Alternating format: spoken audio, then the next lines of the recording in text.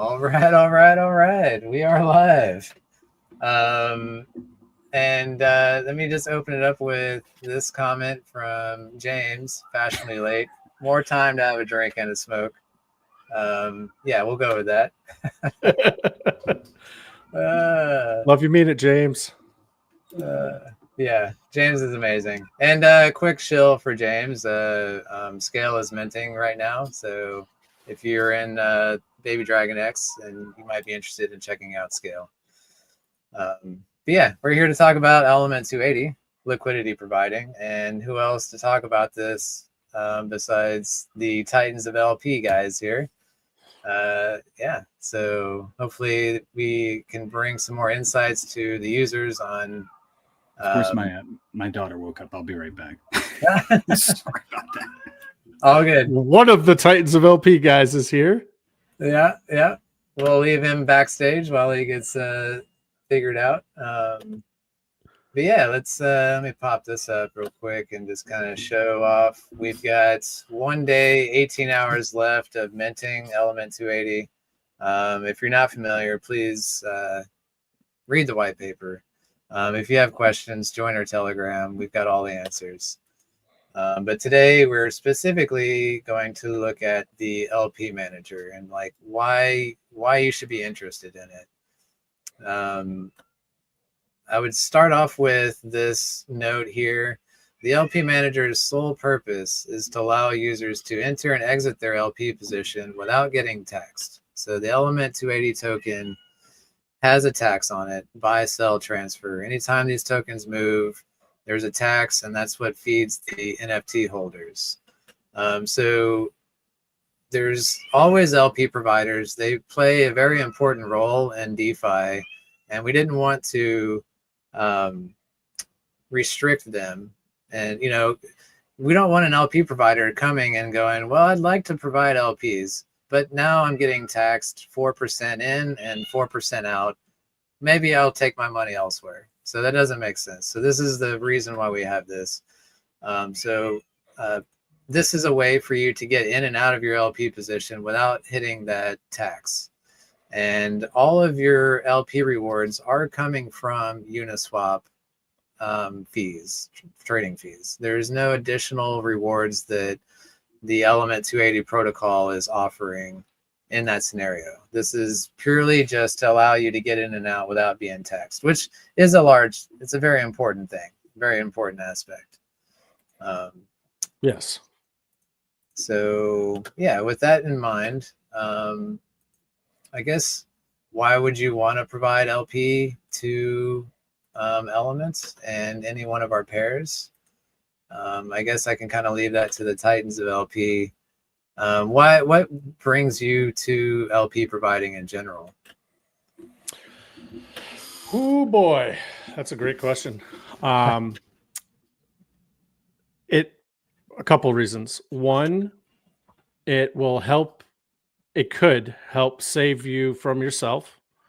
So instead of, looking at, okay, what's green today, what's red today, let me go chase this, let me go chase that. When you take a step back and you look at, what are those coins? What are the things that are going like this?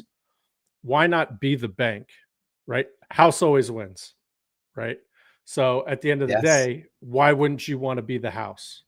That's first and foremost for me. I used to be big time into like sports gambling, like casinos, all that kind of stuff. This was back in the day, way before my crypto journey.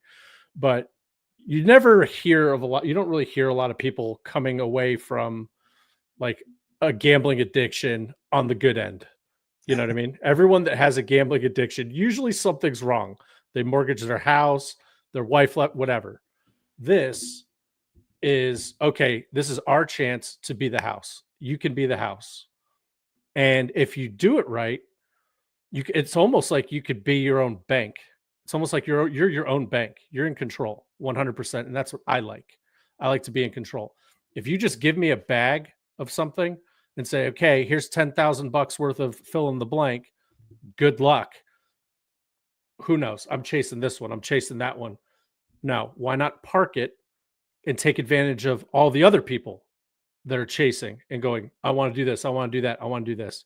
And you're making fees the whole time. So you're parking your tokens to a common pool. And every time someone does any kind of transaction, as long as you're within range, which V2 you always are, you're going to get a piece of the pie. Now, one thing that I always like to say is that providing LP is not a get rich quick scheme. So the other end of that is I always try to explain to people LPing is relatively safe. If you take all the different things you can do in crypto, right? LPing is relatively safe. Especially if you're doing it on Uniswap or using something that utilizes Uniswap. Tried and true. It works. Cool. But I do not recommend going in with your whole bag. If you only have $10,000 in your whole portfolio total, I wouldn't be using $10,000 to LP with. I might be LPing with like $1,000, $1,200, $2,000 tops, because we're in the, we are coming upon the bull market. You're going to want to get at least some of that price appreciation. So the cool thing with liquidity providing, if you do it right and you don't put all your money in, you don't really find yourself saying, oh man, I missed out on fill in the blank, right? Because you have some liquid that you're getting your price appreciation with. So you get to play best of both worlds. You get your fees, which if you do this right and you compound your fees back in to your LP grows, your fees grow. The more money you have providing liquidity with, the more fees you're going to get. So instead of just taking those fees, dumping it for something and chasing, use that. That's almost like free money. You were going to hold the two coins liquid anyway. That's the other beautiful thing about LPing. If you're going to hold the coins liquid and you're just going to hold them and you don't plan on selling them, let them work for you, make you some money. And then with your fees, if you need to go buy and chase, you can use that. Or you could just dump it back into your LP and make it bigger, make it stronger, make more fees. And you're just sitting there doing what you were going to do anyway. So to me, liquidity providing, once people understand how to do it properly, which we teach, I have videos, plenty of videos on my YouTube. If you do it properly, there really is no, I missed this, or why did this happen, or blah, blah, blah, blah, blah. And then you can use it, like I said, as your own bank account. I use my liquidity, I use my positions almost as like a checking account. So instead of taking money and just buying something liquid and holding it, I put it into an LP. I put it into LP. Now, me, I'm a little bit different. I tell people, don't use a lot of your money to liquidity provide with. I'm kind of the opposite. I'm more conservative, less degen. So I do put a good amount into LP with, but that's just because I'm holding. I don't have to worry about, I don't get mad if I miss something, but that's just me. I don't, I like to tell people, go with like 10%, 5% of your bag. That way you won't get upset if something just moves on you. I mean, that's like, on a general sense, that's, you can look at crypto the same as gambling, is the same as the casino, playing poker, stocks. You don't go all in any of those sectors. Like, that's kind of like rule number one, in my opinion, is you don't bet with the entire bag, because you can't make a win every time. And so if you stick to a small percentage of your entire portfolio, even if you make a bad bet in any sector, like, you still have more gunpowder, to come back in and continue playing the game. If you're just betting with your whole bag, one wrong move and your whole bag's gone, and then you're out of the game. So I feel like that's not just crypto. It's not just that goes across the board. I feel like in lots of sectors. 100%. The other thing that I was, you were talking about, compounding your positions. V2, I think there's a lot of people don't understand how V2 works. A very common question I get is where do I see my rewards? Well, with V2, it auto compounds. Yep. Every trade, every time you get paid on, every time a trade happens, you earn some tokens. Those just automatically get thrown into your LP position. So to me, like the best way to track it is just have a spreadsheet where I come in once a week or however often you want to check it and go, okay, I got this many tokens of this and this many tokens of that. And then you can kind of see your USD value, the actual number of tokens, and you can kind of track it that way. And then if you're trying to take profits, then you can kind of see, okay, I increased my position by this many tokens. Let me just pull out, 10% of that or whatever, and play it that way. But there's no easy button like there is on V3 where you see exactly what you're earning and rewards. You have to track it yourself, essentially. Is there it requires a little bit of math, very basic. If you could do addition and subtraction, you're good. Congratulations, you've made it. The one thing that I can say that is way better with V2 liquidity providing is what people fail to remember or realize or even think about, especially new people providing liquidity. And me and Nathan, this happened to us big time. If you remember February, March, what Gwei was to start a V3 liquidity position, Titan X and ETH cost $300 to start. If you wanted to claim your fees, it was $180 to claim your fees. Then you had to go back and make your swap correct. If you wanted to add that back in, you had to make sure you had the right ratio of coins, because you're going to get basically 50-50 in your fees. You'll get 50% of your fees will be in Titan X, 50% of your fees will be in will be in ETH, right? Well, when you go to add it back in, it's going to be a little bit of more of one than the other. So you got to make sure you figure that out. So that's another transaction. That was $50. Then you got to put it back into the pool, another $100. Yeah. So it's not like that now. Thank God it's not like that now. But back then, you almost had to have $1,000 to recompound with, or else it wasn't worth it, because you were taking a 40% cut. You're taking a 40% hit off the rip. So with this, it just does it for you. And all that stuff that I just talked about, that's an extra, you could think about it as like, that's an extra $400. So you might not make $360 a day.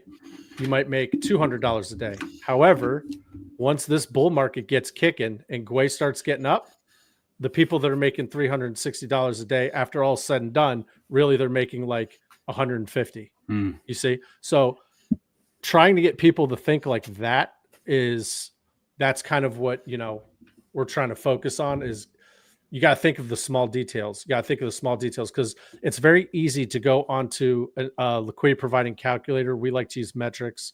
There's a couple of different ones. And you just start doing some moon math, right? You're like, oh, cool. I can make $400 a day if I put this tiny degen range on. Awesome. But you don't think how much it's going to cost to transact, how much it's going to cost to trade, how much it's going to cost to, the calculator does not account for any of that. It doesn't account for how much is it going to cost to open up a position, to withdraw, to add back in.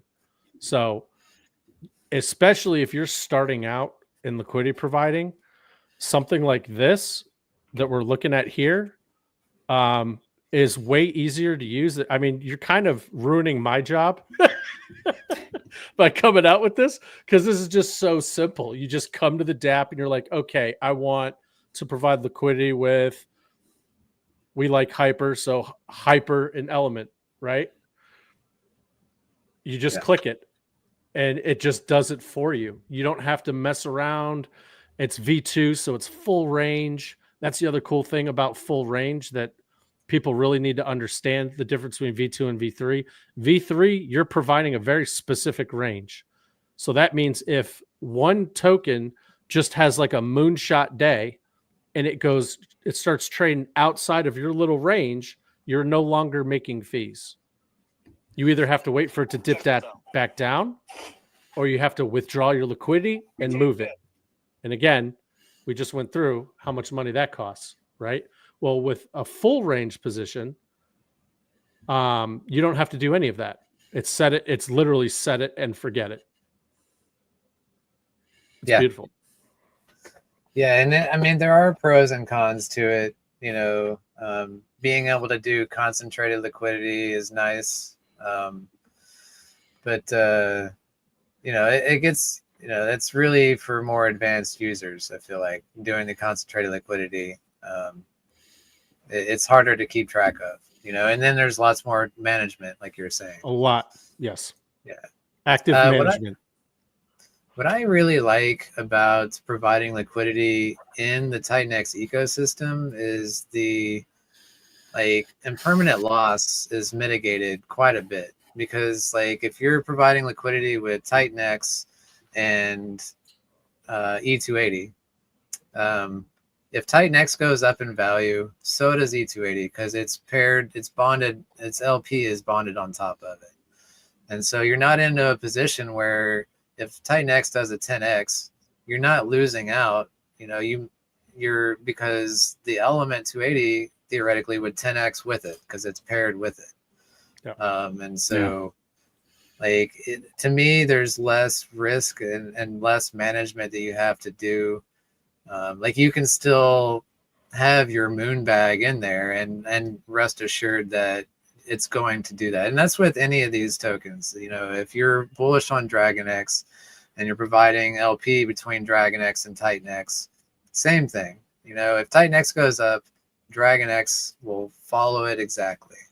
The only part of liquidity loss would be like if DragonX moons and Titanx doesn't, then Titanx dumps, right? Then you're risking that impermanent loss. But the underlying token in this equation, as long as whatever that's doing, your LP is going to follow that in USD value. Yeah. I think it's interesting when you're playing, when you start really understanding the ratio game, because you stop seeing things in price and you start really paying attention to the ratio. It's interesting when if you're watching a chart, right? And I'll use Volt as an example because I watch that chart a lot.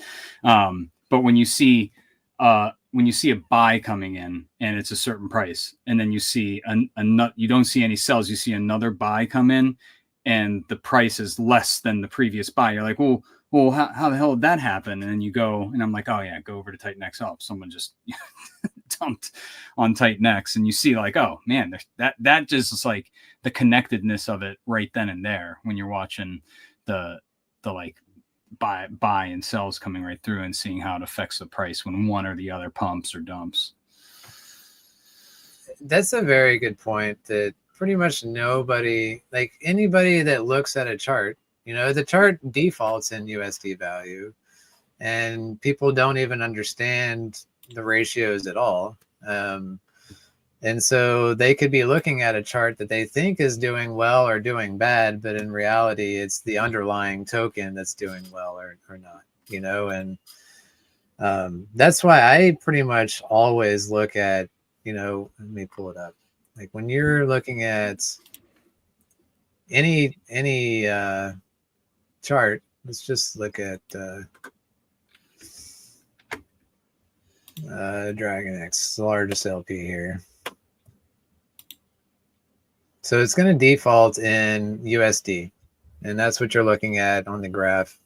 And you can see it doing, that's a nice little up down. This is a LP provider's dream right here. Yep. But there's this button right here to switch from USD to Titanx. And now we can look at the price of DragonX in Titanx terms. Oh, that paints a completely different picture now, doesn't it? It's a completely different chart. And what's the difference? That's the value of Titanx is going up and down, up and down, and up and down. And that's DragonX up and down, up and down. But if you look at the actual ratio of DragonX to Titanx, it's going up.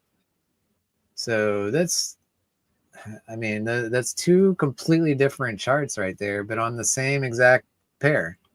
Yep. So, and liquidity providers, you know, once you get into the game, it's actually easier for us to look at this chart as opposed to the USD, because the USD, you're trying to do calculations.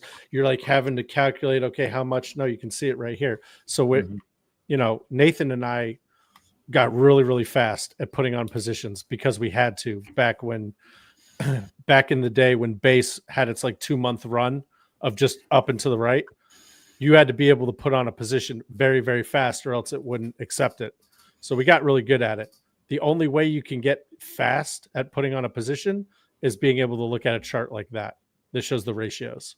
Because there's literally, you don't have 5 minutes to put these on. You have about 45 seconds to put your position on, or else you're going to get priced out. And then you have to redo it. Yeah. Yeah. So that's something that, you know, it's really hard for people to get, and that was the perfect example that you were saying, Nathan. You see a buy come in, and then a red candle shows up, and you're like, "What the hell?" Right. That's the underlying token going down in USD value. You know, if you switch to the ratio, it will show you that green candle because the ratio increased in that pair, but the USD value went down because of the underlying token. And that's again what I'm talking about with impermanent loss. You mitigate that risk when you're providing LPs within the Titanx ecosystem, because if Titanx is going up or down, you're catching 100% of that value going up and down. It's just your ratio within the ecosystem that's changing. Yeah. So let's get back to element 280. So if you're providing liquidity with element 280 and Titanx, if Titanx goes up, the element 280 will go up as well because it's paired with all of the ecosystem tokens. Same as if it goes down, which we can see today is a red day. You look at this and you're like, what's going on? And we're going down. It's a dip, and then it's really the it's Titanx is dipping today. That's a big portion of it. So that's your signal that Titanx is dipping.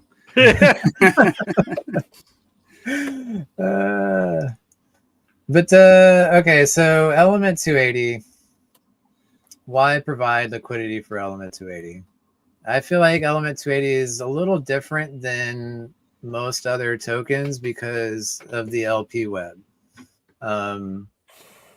Having this LP web creates discrepancies in the price of element, because the price of element is determined by the other half of that pair. And so the price of the element and you see the price here on this list, it's not the same all the way across the board. It's different on each pair. And that's where this becomes attractive to arbitrage bots, is they see, oh, the price here is cheaper on this pair, so I can buy element through this pair. I can take Titanx, buy element, and then sell that element on this pair at a higher USD value, and in that process make a few bucks. And this is an instant buy and sell. They do it all in a single transaction. Here, I actually have an example here. This is in arbitrage bot, and what they did is they took, where is it, $620 worth of ETH to buy Titanx. And then with that Titanx, they bought element. And then with that element, they sold it in the HLX pool. And then with that HLX, they sold it to Titanx, and then their Titanx sold it back to ETH. So they started with ETH and ended with ETH. But if you look, they started with $620 and they left with $634. So they made 14 bucks on this single transaction. Now, also note, it cost them $13.94 to pay the gas fee on that. So they actually made like a dollar. But look what they did do. This is the E280 tax right here. they paid 103 million element tokens in tax. What's the current? Let me get the actual price of that. That's $97. So they paid $97 in taxes that go to NFT holders, so that they could make your service. So that they could make $1 in profits. And they don't care. They don't care that there's that 16% tax, because and they don't care what any of these tokens are. They don't care what Titan X is, what HLX is, Element. They started the transaction with ETH and ended the transaction with ETH, and all in one transaction. They don't care. They just hopped, and came right back out, and now they made $1 in ETH. And the way they make their money is they do this a few thousand times a day, and they're making tons of money. And if they wanted to say, you know what, I'm going to hold off on this trade, I want to make $2 on it. Well, they're not the only arbitrage bot on Ethereum. And if they don't take that play and make their $1, someone else is. Yeah. And that's where the competition gets really tight, because this is DeFi. Anybody can show up. Anybody can scan the blockchain and see these trades available. And if it's up to them to decide what their profit margin is. And if they don't set it tight enough, somebody else that is making thousands of trades, they'll take those pennies. And they don't care that they just gave $100 in rewards to NFT holders because they made $1. So this is where Element 280, in my opinion, is like it's winning, because you're not relying on individual users to buy or sell this token. There is natural trading going on with the arbitrage bots, because they're constantly equalizing the price across all of these pairs. And as we add more pairs, more arbitrage opportunities are happening. And that's where you get, I don't want to say guaranteed volume, because nothing in life's guaranteed, but with volatility comes arbitrage opportunities. If Flux does a 2x, the price of Element in that LP does a 2x. And arbitrage bots are going to see that, and they're going to be buying up Element on all these other pairs at a cheaper price and selling on the Flux pair to equalize that price back down. And they're making $1 here and $1 there, and in the process paying hundreds of dollars to NFT holders. So to me, like, there's a higher level of volume that runs through these pairs because of the arbitrage opportunities. We're not just waiting on individual users to buy or sell in this. This has added volume because of those arbitrage bots. And so to me, that's an incentive to why you would want to provide LP in these. And then again, if Titan X goes up in value, so does every token in this list. And so if you're providing LP with any of these tokens, it's still following the price of Titan X going up or down. And that's where you get into this. Anything in Titan X is a leverage play on the Titan X. If you're holding HLX, it's like holding Titan X with an extra leverage on it. So, yep. Yeah. Do you guys have anything to add on that? Like, did that make sense? I know it makes sense to you guys as LP providers. Do you think that made sense to the community on my explanation there? Yeah, I mean, it's really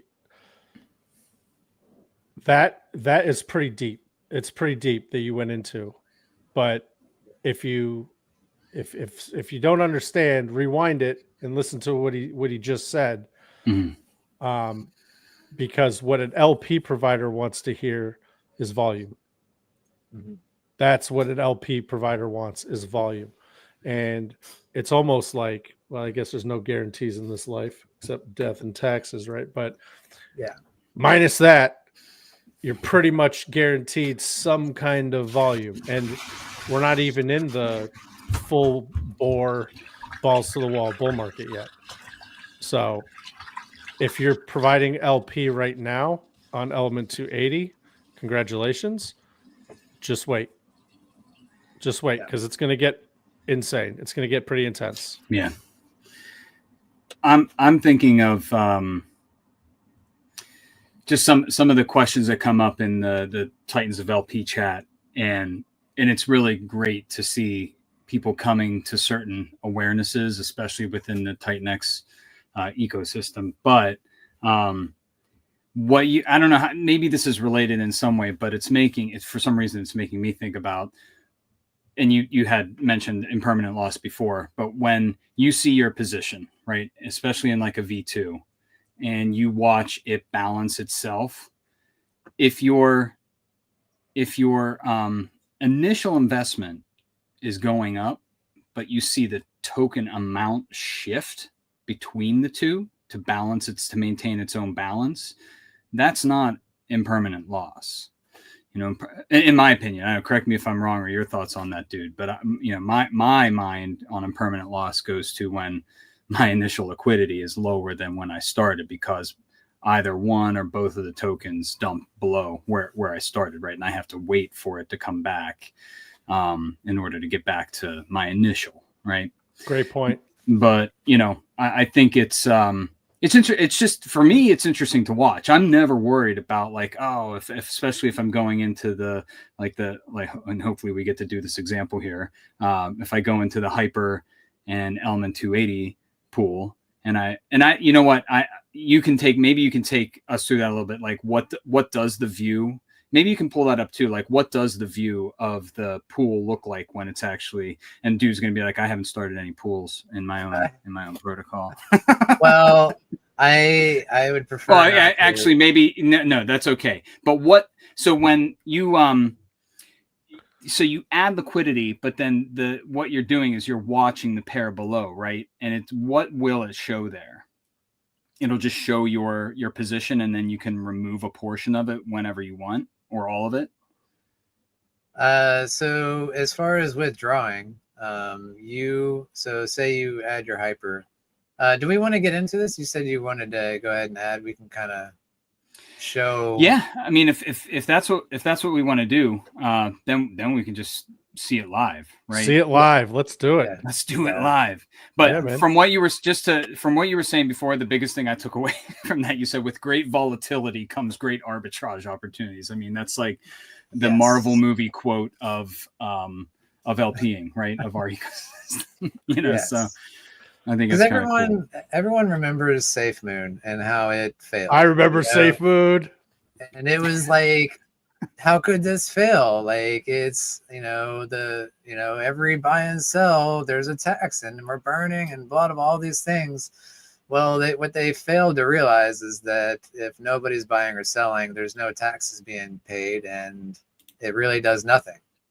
And then people say, well, this is doing nothing for me, I'm going to start selling. And then it just starts tanking, and then you get to where you're at, where it's not a thing anymore, I don't believe. Maybe I'm wrong. It is not. Like 16 zeros and a 1 or something. Yeah. So the difference between this and Safe Moon is that liquidity web. Now with this, there's no hoping that people are buying and selling this token. Now we have arbitrage bots that don't care what your token is. They don't care what E280 is. They see a price discrepancy, and they equalize that price, and they pay that tax. And that's to me the secret sauce with this is the arbitrage bots. They don't care. Like they are going to be making buys and sells, and like I said, every LP that we add to this is going to add more volatility, which creates more arbitrage. And then the key takeaway that I want to point out with these arbitrage plays is they want to make the largest trade possible so that they can make the most ROI. Why only do it with $50 if I can do it with $500 or $5,000? Well, the restriction there is the liquidity. You have slippage. And so the thicker the liquidity, the bigger the trades they can make, and the more they can make on it, and that creates more tax for NFT holders. A lot that's more. where exactly. So that's where liquidity is very important with Element 280, because the thicker that liquidity, the more arbitrage bots come in, the more taxes they get paid, the more rewards come to you as an NFT holder.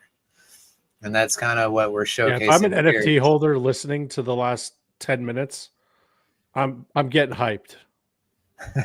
Because once these liquidity pools start filling up, we saw it with some other coins where these things were taking out flash loans for like $200,000 or $80,000. You know, think about that for a second. Can you imagine if our bot is like, all right, I'm going to $80,000 buy sell real quick to make like $50 or $300 or whatever it was doing. That's a lot in tax, man. You know? Yep. So how's this looking? We good? It's looking good. So you are on the LP manager. You've got some Hyper and some Element tokens in your wallet, and you are ready to add to the LP. I only think this is appropriate because Johnny and me are building on Hyper, right? So that's another good example here. But yeah, so yeah, go ahead. Sorry, yeah, I was just going to say, and that's what I wanted to point out here is you can pick whatever token you want. And I say your favorite token, because if you're bullish on Hyper and you're bullish on Element, you're helping yourself by adding to this liquidity pair. You're increasing the volume.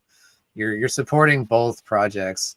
And if you think both projects are going to do well, then your risk of impermanent loss is lower. Subjective. Yeah, exactly. Because you're earning more Hyper and more Element tokens in the process. Mm-hmm. Not necessarily USD. You're earning more of these tokens that you're already bullish on. Right. Yeah. And you can always withdraw. You can always just do some basic math, and you can always withdraw every week. You can withdraw 5, 6%, 10%, whatever it is, and hold it liquid so that you don't miss the, you don't FOMO out for price appreciation. Because one thing you don't want to do is withdraw liquidity while something's running. Because as soon as you do that and you decide, okay, it's on a dip now, I'm going to get back in. I mean, you're really just recycling your bags, and that's not the way to do it. So the way to kind of get rid of all that stress is have your liquid bag, have your liquidity bag, and that way you have best of both worlds. You have your nice little juicy bank account. You're going to stare at it every day. I will put that out there. Providing liquidity is probably one of the most addicting things in DeFi you could possibly do.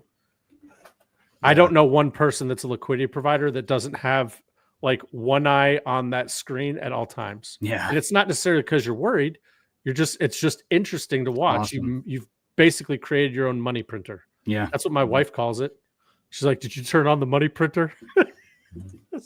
That's the beauty, is it's always running. It's always running. Blockchain. It doesn't take weekends and federal holidays off. It doesn't have Columbus Day off. It just works 24/7. And then it's really fun when you start calculating how much you make an hour. So you can calculate how much you made a day. Then you can see how much you're making an hour. And you're like, holy crap, I'm making $12 an hour infinitely at this rate, at this volume, at this rate, whatever. Yeah. But it's really cool to think about. While you're sleeping, while you're eating, you're out having fun. It's making money for you. That's the beauty of DeFi. Yeah, 100%. Yeah. So I love this, by the way. I love this the weight screen. Yeah, it's so nice. Yeah, that was something that our front end dev found, and I was like, "Oh my god, that's perfect." Yeah, my computer seems it levels it up so much. Just that little guy. Now we just got to wait on Nathan's 25 meg internet connection. Is he on dial-up? Someone get off the phone. What is going on? This happens to me all the time too. It's probably because we're on stream. Yeah, we're streaming. You're sharing your screen. You're doing your video, your audio. Yeah, your computer's eating up. It's pretty intense. Yeah. Because my Ravi wallet starts to lag hard when I do stuff like that. So and can you hear me okay though still? Yes. But you're laggy on your screen. Like I can hear you just fine, but you like freeze. Mm-hmm. But dude and I look fine. And that's a hack that I've learned. Maybe turn your camera off for a minute, and that frees up a ton of bandwidth. And you can still talk. We still got your also audio. VPNs, unfortunately. Yeah. Like if you try doing this stuff with a VPN, it's not gonna. They don't love that. Only when you're sharing, not in general, guys. Only when you're sharing a screen. I don't want to be like, don't use VPNs. Big fan. My work gets mad at me all the time. They're like, "Are you in Cayman Islands right now?" I was like, "I'm like, no." They're like, "Are you running a VPN?" Yes. Why? We provide one. I'm like, I want more. Yeah. There's nothing wrong with having a second one. Come on. Right. We'll give him a second to right. let me see. I think I saw a couple of questions that we might be able to get to. Yeah. Let's see. What is this? Does it matter which token you enter along with? Just so everybody knows, I approved it, and now I'm. Thank you for the update. What was the question, dude? Did a second transaction come up? Or are you now adding? We have to approve Hyper and Element, so there'll be two approvals. I approved Hyper. I approved Element. I'm now approving Element. Oh, because on our screen it just looks like processing still. Yeah. Oh yeah. And now watch this, Johnny. This is going to be the one where. Oh, you're getting choppy now. But here we go. I will tell you that the gas fee is about future forward. Yes, you absolutely can route through 2 VPNs. There's actually some VPN providers out there that have that as a setting. Yeah. Just do like an easy Google search. I don't want to send you in the wrong direction. But Jake talks about it all the time. Mm-hmm. If you can do a double VPN, you usually have to pay a little bit more for that kind of a service. But just know, if you route through 2 VPNs, your internet quality is going to go down significantly. Mm-hmm. But you will be double. It's the cost of security. Double the security, yeah. It's really up to the user to decide at what level they want their speeds and their security, whatnot. Now, this is something that we did your transaction confirm? Because if you're using MEV blocker, which I highly recommend everybody do, the website doesn't see that it gets confirmed because you're not using the regular RPC. We're still looking at a way to update those error messages to be more informative to the user. But yeah, to me, it looked like it didn't go through. And I wonder if this changed while I was doing that. The price. So yeah. Are you using Rabby or MetaMask? I'm using MetaMask. Oh, you dirty, dirty bastard! How Let's dare see what you? we can do here. Let's try this. So both your approvals are still there, right? Mm-hmm. So yeah. So let's try this. I don't see a failed transaction. A little so closer. Yeah, I don't. Let's try one more time here. I think get ready for me to go choppy. I will point out that there was no loss of gas fees or anything there. Like the transaction didn't go through at all. It rejected it. It didn't. Oh man, that was the other thing. That was the other thing back in March. If you were doing something and you're trying to make a swap and it didn't go through, people would get rugged like $15. Yeah. And they have to keep trying, and they didn't realize that it was doing it every time you did this. It would like just bam, bam, bam, bam. I remember I lost $150 because I was just impatient and I was just clicking like this. I didn't realize every single time I did that, it was like 15, 15, 15, 15, 15. And I was like, I'm dying. Oh, man. Federal rate cut decision in 10 minutes. It's all a scam, dude. I don't. It's just It's to all manipulate. That's what's happening. Bitcoin all-time high. Thanks for showing up to the party, Bitcoin. Yeah. That's why my MetaMask is running slow. Oh, because Bitcoin's going up. I love it. It's like ETH is pumping, and you look at it, it's like it's up $50. I don't know. Maybe you could stop sharing your screen for a second to see if that unlags you. Yeah, it probably will. I'm not gonna lie. Yeah.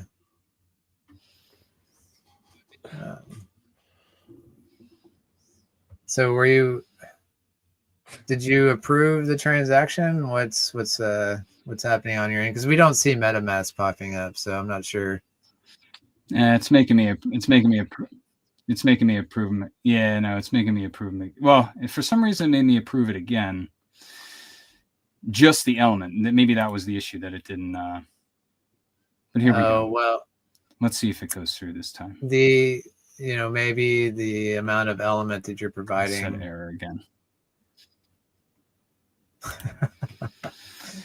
No doubt. Let me see, man. I don't. It went higher this time.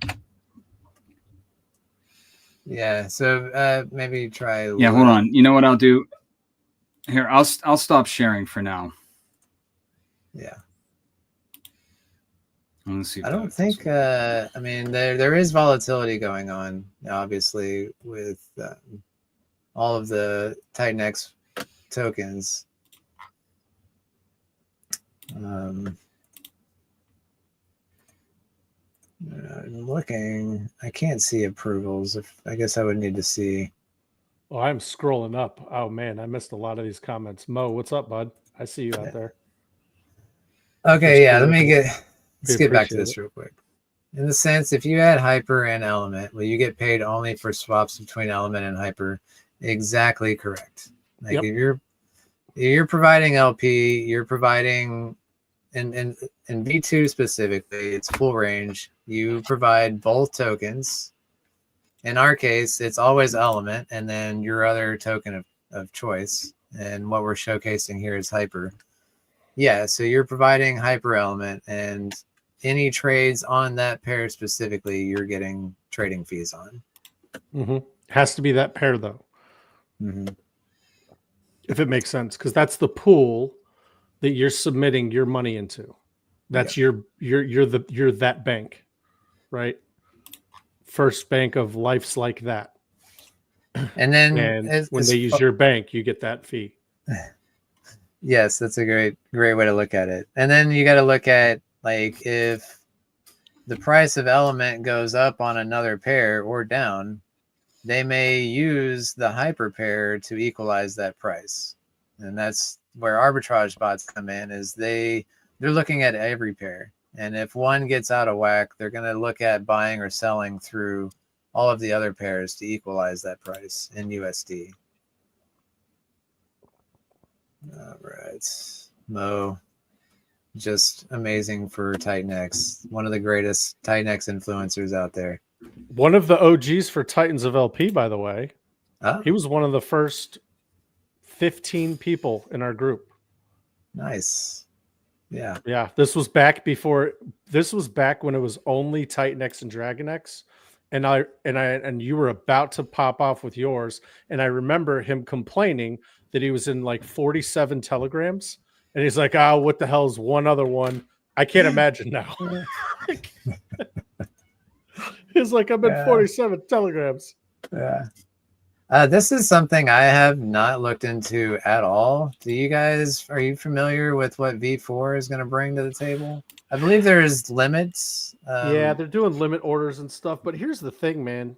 There's stuff out there that you can use that have been doing this for a while. I'm a big fan of, with Uniswap, you can do limit orders yourself manually, right?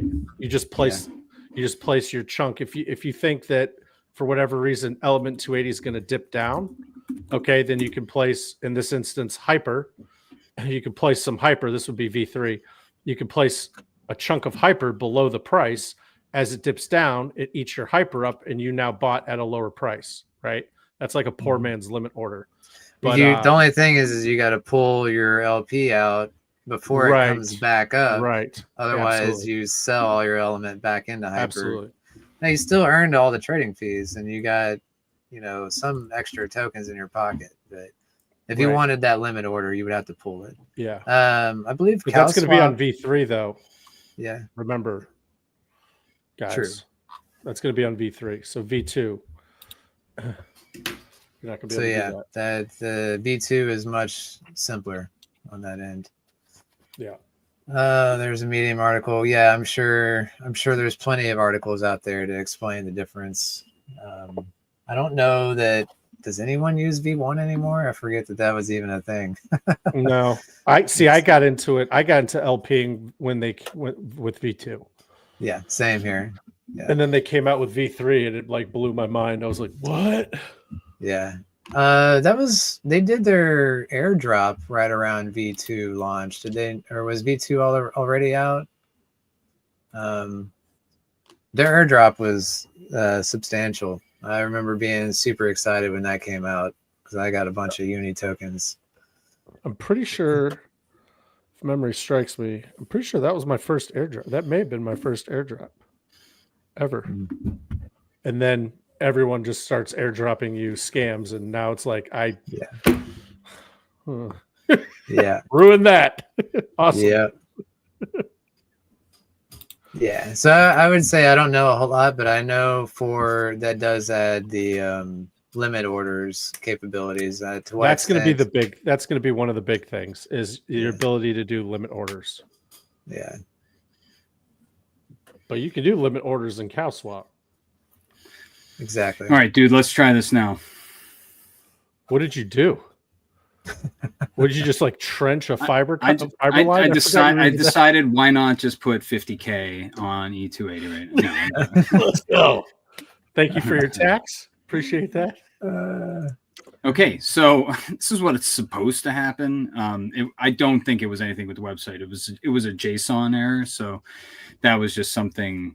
I don't know. I've experienced that on my end with other sites where it's just like I have to refresh and the internet try it again. But anyway, so I added liquidity, and there was no loss of funds, right? You didn't have any failed transactions or anything like that. No, correct? No. So no, and no, it only cost like $18, which isn't. I mean, again, it's during the day, during the week, and gas is high right now. Oh, you mean to start to get into the pool? You're saying for gas?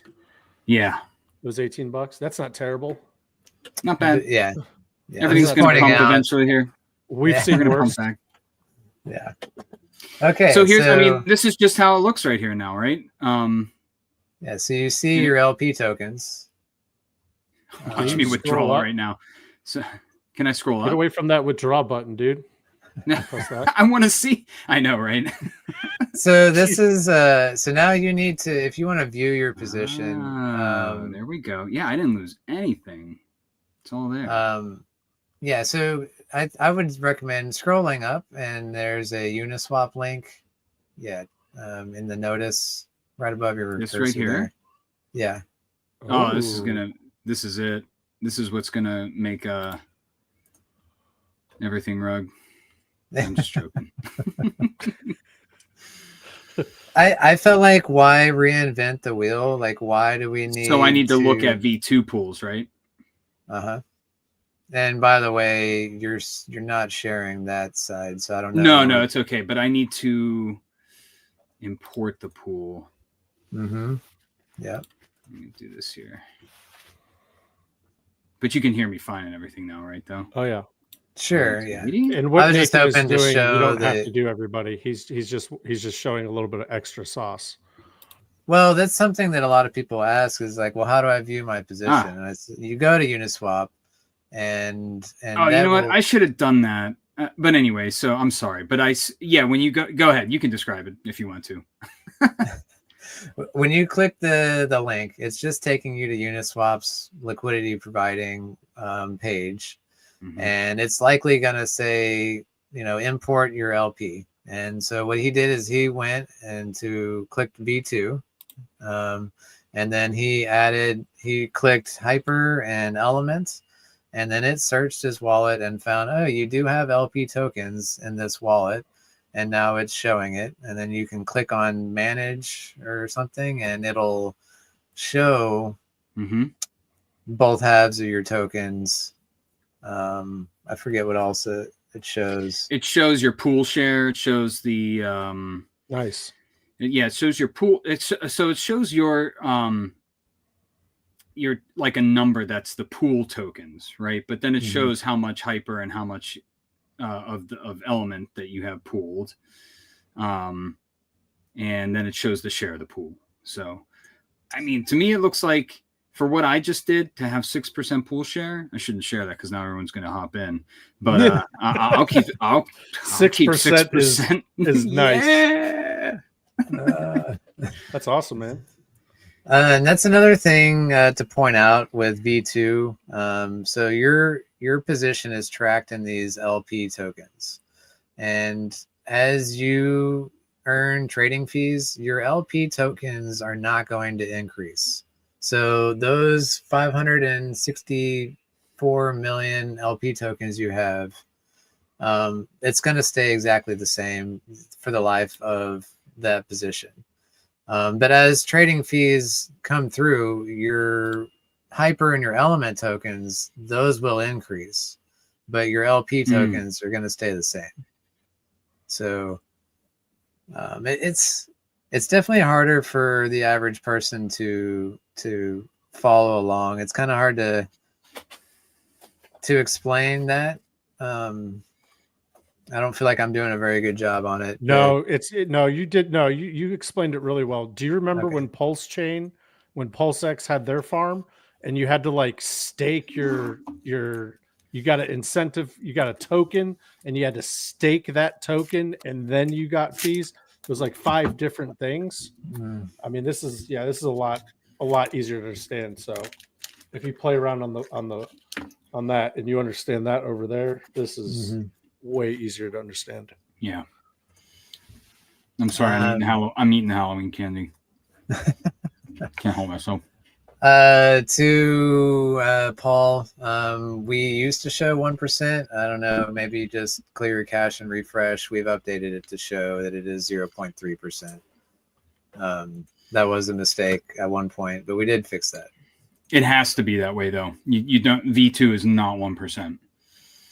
Right. With V3, you have the option of doing 0.3 and 1%. I think those are your 3 options. It's like 0.05. Yeah, and 0.01, right? 0.05 pool. That's like the dark web pool of LP. Yeah, don't do that. Yeah. Unless you're confident that that you have enough liquidity that you're putting in to start a 0.05 pool, that you're going to pull in, like, 8. It has to be like 8 or 10 times. Yeah. The volume, and that's a whole other thing. That's a whole other discussion on LPing, because it's like, Jake has his opinion on, and I think he's valid, and especially with like the you have your main Titan X wrapped ETH pool, right? The 1% pool. We were, this is back from me and Johnny, where we were really degenning out on the base chain, just because anytime you started an LP there, you were paying like 5 cents, sometimes like 2 cents. And we would joke around because it's like there was a day where it'd be like maybe you paid 10 cents. Like, guys, I'm out. I paid 10 cents on my gas fees, but that allowed us to just like play around with anything. So if it's like we saw a V2 launch, we would play around with starting the 1% pool. And then, so if you're initiating a pool, and please come into the LP chat to discuss this if you're ever going to consider doing this, because there's a lot of math that goes into it. You can start a pool that like you have to calculate exactly where you want that pool to start. That is in line. You select the starting price. And if you do that wrong, you're going to watch, not that it won't balance itself, but it just looks really weird when like, and it could have loss of funds, right? If you're like way too high and it's the first thing is like $1,000 sell in your LP to make it go right, to reach parity. But and I'll point out real quick that that's an arbitrage bot that does that. And that's the Yeah. same bots that are crazy, buying right? and selling element tokens. That's what their whole job is to scan all LPs across the whole blockchain. If there's a price discrepancy, they will find it and they will fix it. And like you're saying, you could lose funds by setting the wrong ratio. Yeah. But you have to be just really sure, because you have to look at how much liquidity is on the main V2 pool. And then if you're going to put like $1,000 up and start the 1% pool, you have to understand that Uniswap is going to give your pool what it feels is the right amount to maintain price parity between the 1% and the V3 and the V2 pool. And you might only see like, $5 to $10 transactions coming through your pool. Right. It could over time, if the token pumps, your LP, your initial liquidity could pump and you'll start seeing it pull in, okay, 50, okay, 100. But, you're getting that 1% of that volume in there. And if other people start adding in, I mean, there were times on base where it's like I started of the 1% pool, and and you run into devs that are like really pissed off if you do that, because you like are taking volume away from their V2 position. But if like you throw in 5K, and start the V3 1% pool on the V2, and then you look back the next day, not that I wasn't checking it like every 5 minutes, but you pull in 250K, you pull in 500K in volume, and it's just like, that is all of mine, Yeah. You feel like it's like you feel a little guilty, because it's like, oh man, I just got 1% of all that volume. But then other people start adding in, you get diluted, right? But then it's a party. But there were times when then me and Johnny, we even experimented with like, okay, there was the V2, the V1 started. Now the V3 1% started, and that volume is higher than the original V2. Then we'd start the 0.3 pool, and do it all over again. And then it was just that time where we were able to pull in enough volume for that to make sense, right? Because even Jake chimed in sometimes. He's like, well, you need like 3.5x on the volume to liquidity ratio in order to make that make sense, as if it's acting like. But these coins were all doing like 10 million in volume a day. It was ridiculous, yeah. But anyway, so it's not advised at this point to get into the 0.3 Titan-X wrapped ETH pool, because you really want to keep everything on the 1%. And you can really learn to play around with how tight you want your range to be to make even a small amount of liquidity make sense with the fees that you're pulling in on the 1%. So I hope that's not, that sounds kind of, I hope that makes sense to everybody. If not, I don't know how else to explain that stuff. It's just it's taken me almost a year to like fully understand it, Yeah. And I go, and I often don't follow my own teacher Johnny's ways sometimes, because I'm like the DJing guy. It's like I see something and I go after it, and I got to try it, because if I don't try it, I'm never gonna understand it. And then usually I fail. So I'm like this, like the test guy for these like LP positions, especially on base. But like I wouldn't advise playing around with anything that isn't really makes you feel comfortable and safe within the Titan-X ecosystem. And you're doing that with Element 280. I'm extremely happy to have an LP position there, and I'm excited to watch where that goes. So. Yeah. One thing I learned with LP providing is if you're throwing $1,000 in there, just throw $100 in at first to create that LP. And if your ratio is off, the R-bot's gonna make a trade and equalize that price. And then you throw the other $900 in after it gets equalized. And that's a good way to test that you're doing it properly. It's an extra transaction, so keep that in mind. But you could lose out on 40%, but it's all right. Yeah. You just always do it on the weekend. Wait till Gwei is let's see how the Gwei plays out from now on. We'll see, but maybe there will be no more weekend times when it's like down to 3 again. There was a time there like a couple months ago or maybe even a month ago, where it was like Gwei was like. When I was looking on Dex Tools, they had to measure it in like it was like 0.8, and I'm like, what is going on? I was shocked to see it in the 1 to 2 range. I thought those days would never come again. I cannot believe that happened. Yeah, we try to keep our eye, at least in our Titans of LP chat. I have a scanner at the top of my bar, like probably most everyone that provides LP has this little thing that just tracks the price of Gwei at all times. Mm-hmm. And I'm looking at it all the time. And if I see that puppy rise to like 45, one of the first things I do is I jump into the chat and I'm like, hey guys, just be careful. Gwei is at 45 right now. Yeah, it'll eat into your profits real quick. Oh, so fast. That's the beautiful thing about LPing, especially on something like this, where you're not constantly having to worry about, okay, I need to withdraw because I'm out of range. What's Gwei doing? Gwei's at 60. I don't feel like paying, $45 to withdraw and then another 40 to put it back in. With V2, since you're full range, you don't have to worry about constantly withdrawing, adding, constantly withdrawing, adding. It already does it for you. Yeah. That's a cool thing. Hey, dude. Okay. Let's see. I was going to make a request. That's okay. We can answer. Here's my request. Can you take me through now I'm all interested in Element 280. And I'm sorry I haven't done.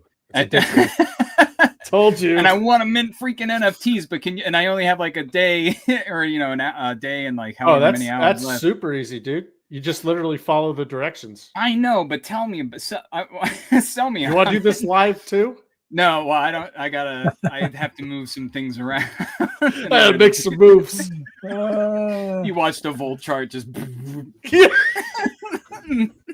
That's funny. That is funny. All right, let me share my screen again. Dude, I'm telling you, man. Just be careful with this. I just want to understand. Tell me a little bit about so if I say I did, if I'm like looking at, would I do multiple commons or if I'm going to do multiple I know. Come on, man. All right. Yeah, that's a great starting question. Right. These have all the exact same cost to reward ratio. Common is 100 million. 10 commons is the exact same as 1 rare. And 10 rares is the exact same as 1 legendary. The whole point of having these different tiers is if you want to be a whale, instead of having to mint 100 commons, you can just mint a single legendary and you're getting that same cost, same reward ratio without having to manage 100 NFTs. And also I want to point out gas prices. When you're claiming rewards, it's going to be more in gas to claim rewards on 100 NFTs as opposed to claiming on a single NFT. There's no way around that. This is blockchain. Excellent point. What I would say is, like, if you're going to mint a legendary, but you want flexibility, maybe mint 10 rares. I would not recommend minting 100 commons because that's just... Yeah, right. You're going to get eaten up in gas fees. Flexibility, though, as in, like, if I had 10 rares instead of 1 legendary, I can pick which one I want to claim fees on? Is that what? No, I mean... like if you ever claiming want to burn fees, them. it's right. I see what you're saying from that standpoint. If I ever want to burn. Okay. Exactly. But then in 1 day and 17 hours and 46 minutes, I'm not going to be able to mint anymore, right? Yeah, this page will disappear. And there's that same with tokens, NFTs, all this will be gone. No more minting, bud. Yeah. And let's go to the stats page to kind of show what we're looking at here. So holding an NFT, you're earning, so we've got the buy and sell tax on element tokens. A portion of that tax is going to NFT holders. But also, let me go back. Sorry, I'm getting out of order here. So when you mint your NFT, you mint a rare. It cost you 1 billion Titan-X. It's backed by 1 billion element tokens. So you're getting that 1-for-1 trade. And it's always there. At any point you want to burn this rare, you're going to get those 1 billion element tokens sent to your wallet. That's amazing. So this is a big difference with like normal NFTs. You want to sell your NFT, you go to OpenSea, you list it for a price, and then you wait for a buyer. With this, you can circumvent that. You can say, all right, I want to get rid of this rare NFT. Well, instead of listing it on the marketplace and waiting for a buyer, you just burn your NFT, get the underlying tokens, then you can dump those tokens on the market, and you've got your value out of it immediately, not waiting for a counterparty. So that's kind of the selling point. And now, if you're holding long term, then as people burn their NFTs, you're getting more share, right? Exactly. Also, there is a burn tax. And so when people are burning their NFTs, they're paying a 3% tax. And that tax is also going to the reward pool. So every time someone burns an NFT, you're getting paid on that tax as well. So it's kind of a last man standing type of situation. As long as you still have yours, other people are burning, they're paying those taxes, that's coming to you. And then, like you mentioned, to me, one of the biggest bullet points on why I'm like very bullish on this protocol is with any other, let's just call it a staking position, like with TitanX, with any staking, you're constantly fighting other users to stay, to keep your percentage of that pool. Say you stake TitanX and you've got 1% of the pool. And then the second someone else comes in and stakes their TitanX, now your percent of the pool is 0.95 or whatever. And so you just got diluted. You're getting less rewards. With this, after 1 day and 17 hours, nobody can mint another NFT. So you will never get diluted on your share of the rewards pool. The only thing that can happen is your share can only increase as other people burn their NFT. Your share of the pool is only going up. And so it'll be exciting to see what is this going to look like in the next 4-year cycle. How many people burn their NFT to get these element tokens and exit the system? How many people are left to see what this is going to do in the next bull run? Yeah. Right. How many NFTs have been created so far? Oh, let's see. This is if you want to look at like percent share, I would say kind of go off the multipliers, because so like right now there's 8,000 in existence, but wow. Roughly 60% of that is in commons. Look how many people have chosen to do the amped, and they've chosen to burn a portion of their entry, right? Awesome. I did amped. I only did amped. And I saw people in the chat go, oh, I didn't realize what the amped option was. And they ended up burning their regular NFT and then minting an amped NFT with that. And I'll go over what that is real quick. With amped, you're paying an additional 10% in cost. So for this 100 million, you're paying an additional 10 million. Mm-hmm. Your backing does not increase.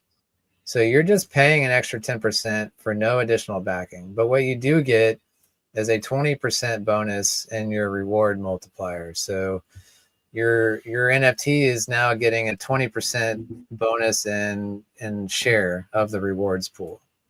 So if you're in this short term and you think, I'm going to mint this NFT, but I'm probably going to burn it a month later after I get some rewards and then sell and go away, this option is probably not for you. But if you're one of those people that's like, yeah, I'm going to be around for the next 4-year cycle, the question becomes, does this 10% increase in cost, does the 20% bonus and rewards outweigh your cost? And over a long enough time period, I would say yes. But it's up to the user to decide what is that turning point to where you're getting that extra bonus. So to me, when I look at the stats and I see a huge amount of amped NFTs over regular, these are people that are long-term minded, is the way I see it. Mm-hmm. And I would imagine majority of these NFTs that are going to get burned in the immediate future, I would imagine that coming out of these regular NFTs where they didn't pay that extra cost. And they're because you pay the extra cost. The whole purpose is so that you get more fees, right? Mm-hmm. Yeah, that's the whole thing. These are some great stats, man. Congratulations. This is awesome. Yeah. Thank you. Thank you. I love the X posts too, because just like we're doing our we're doing our part, and then like right below that they're like, we're doing our part on your thing too. Hey, we're doing our part on yours. We're doing our part on yours. I'm like, damn, dude is burning the shit out of everyone. Yeah. No, like it's still, I like to point out on a stream I was talking to Eric and he was looking at it and he was like, wait, you how much Dragon X did you burn? I'm like, yeah, a little bit. Yeah, you had no idea. A little bit. Just a few billion. It's a couple bucks. Yeah. Wow, look at that Titan. Jeez.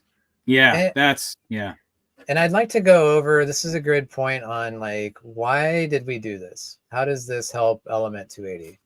Again, this is the bonded liquidity play. Element 280 is paired with every single one of these tokens. And by buying and burning Dragon X, we're helping push the price up of Dragon X. We're reducing the supply. And we have an LP with Dragon X. So by supporting Dragon X, we are supporting ourselves because we are built on Dragon X. We're built on every one of these tokens. So this was a perfect way for us to support all of the individual projects. And by doing so helps the participation of them, like with Flux. By buying and burning Flux, we're increasing the ROI in their daily auctions. So now they are able to perform better in their own ecosystem.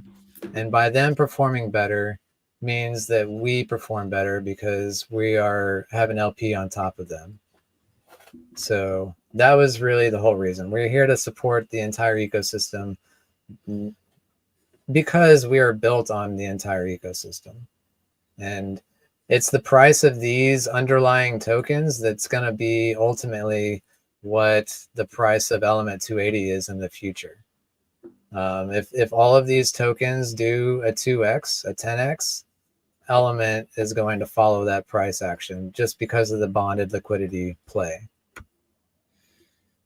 So, did you ever see Eric get bullish on stream? It looks like this. He goes, okay, that's great.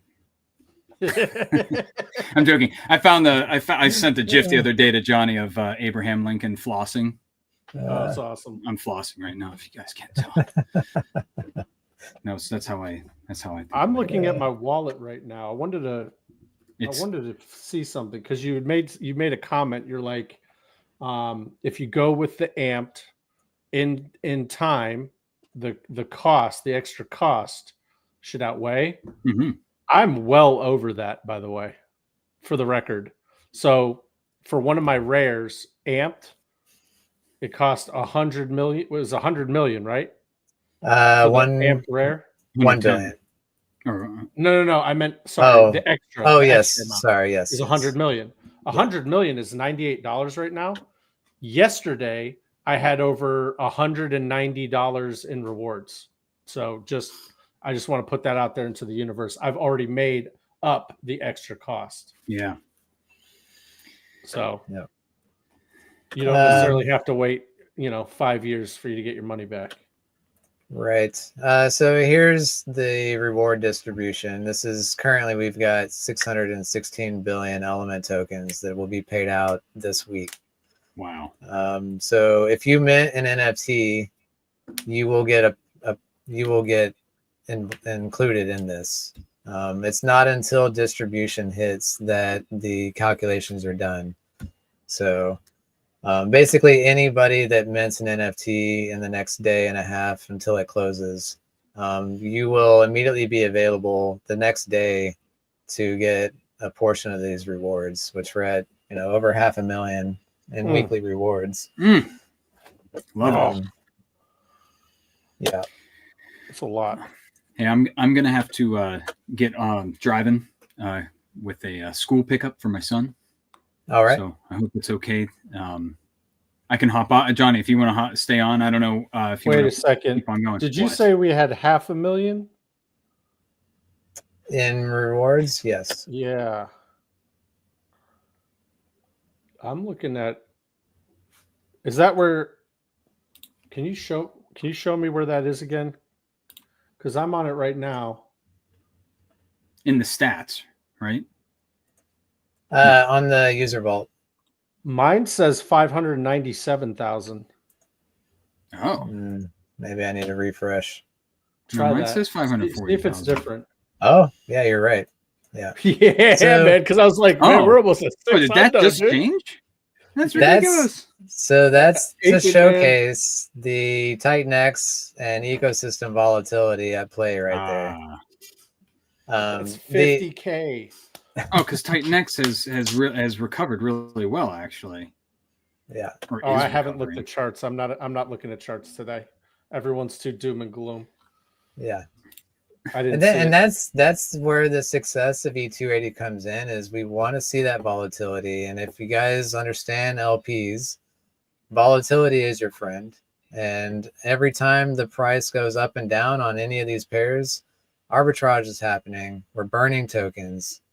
After in one day, 17 hours, this will be a cap supply, forever deflationary.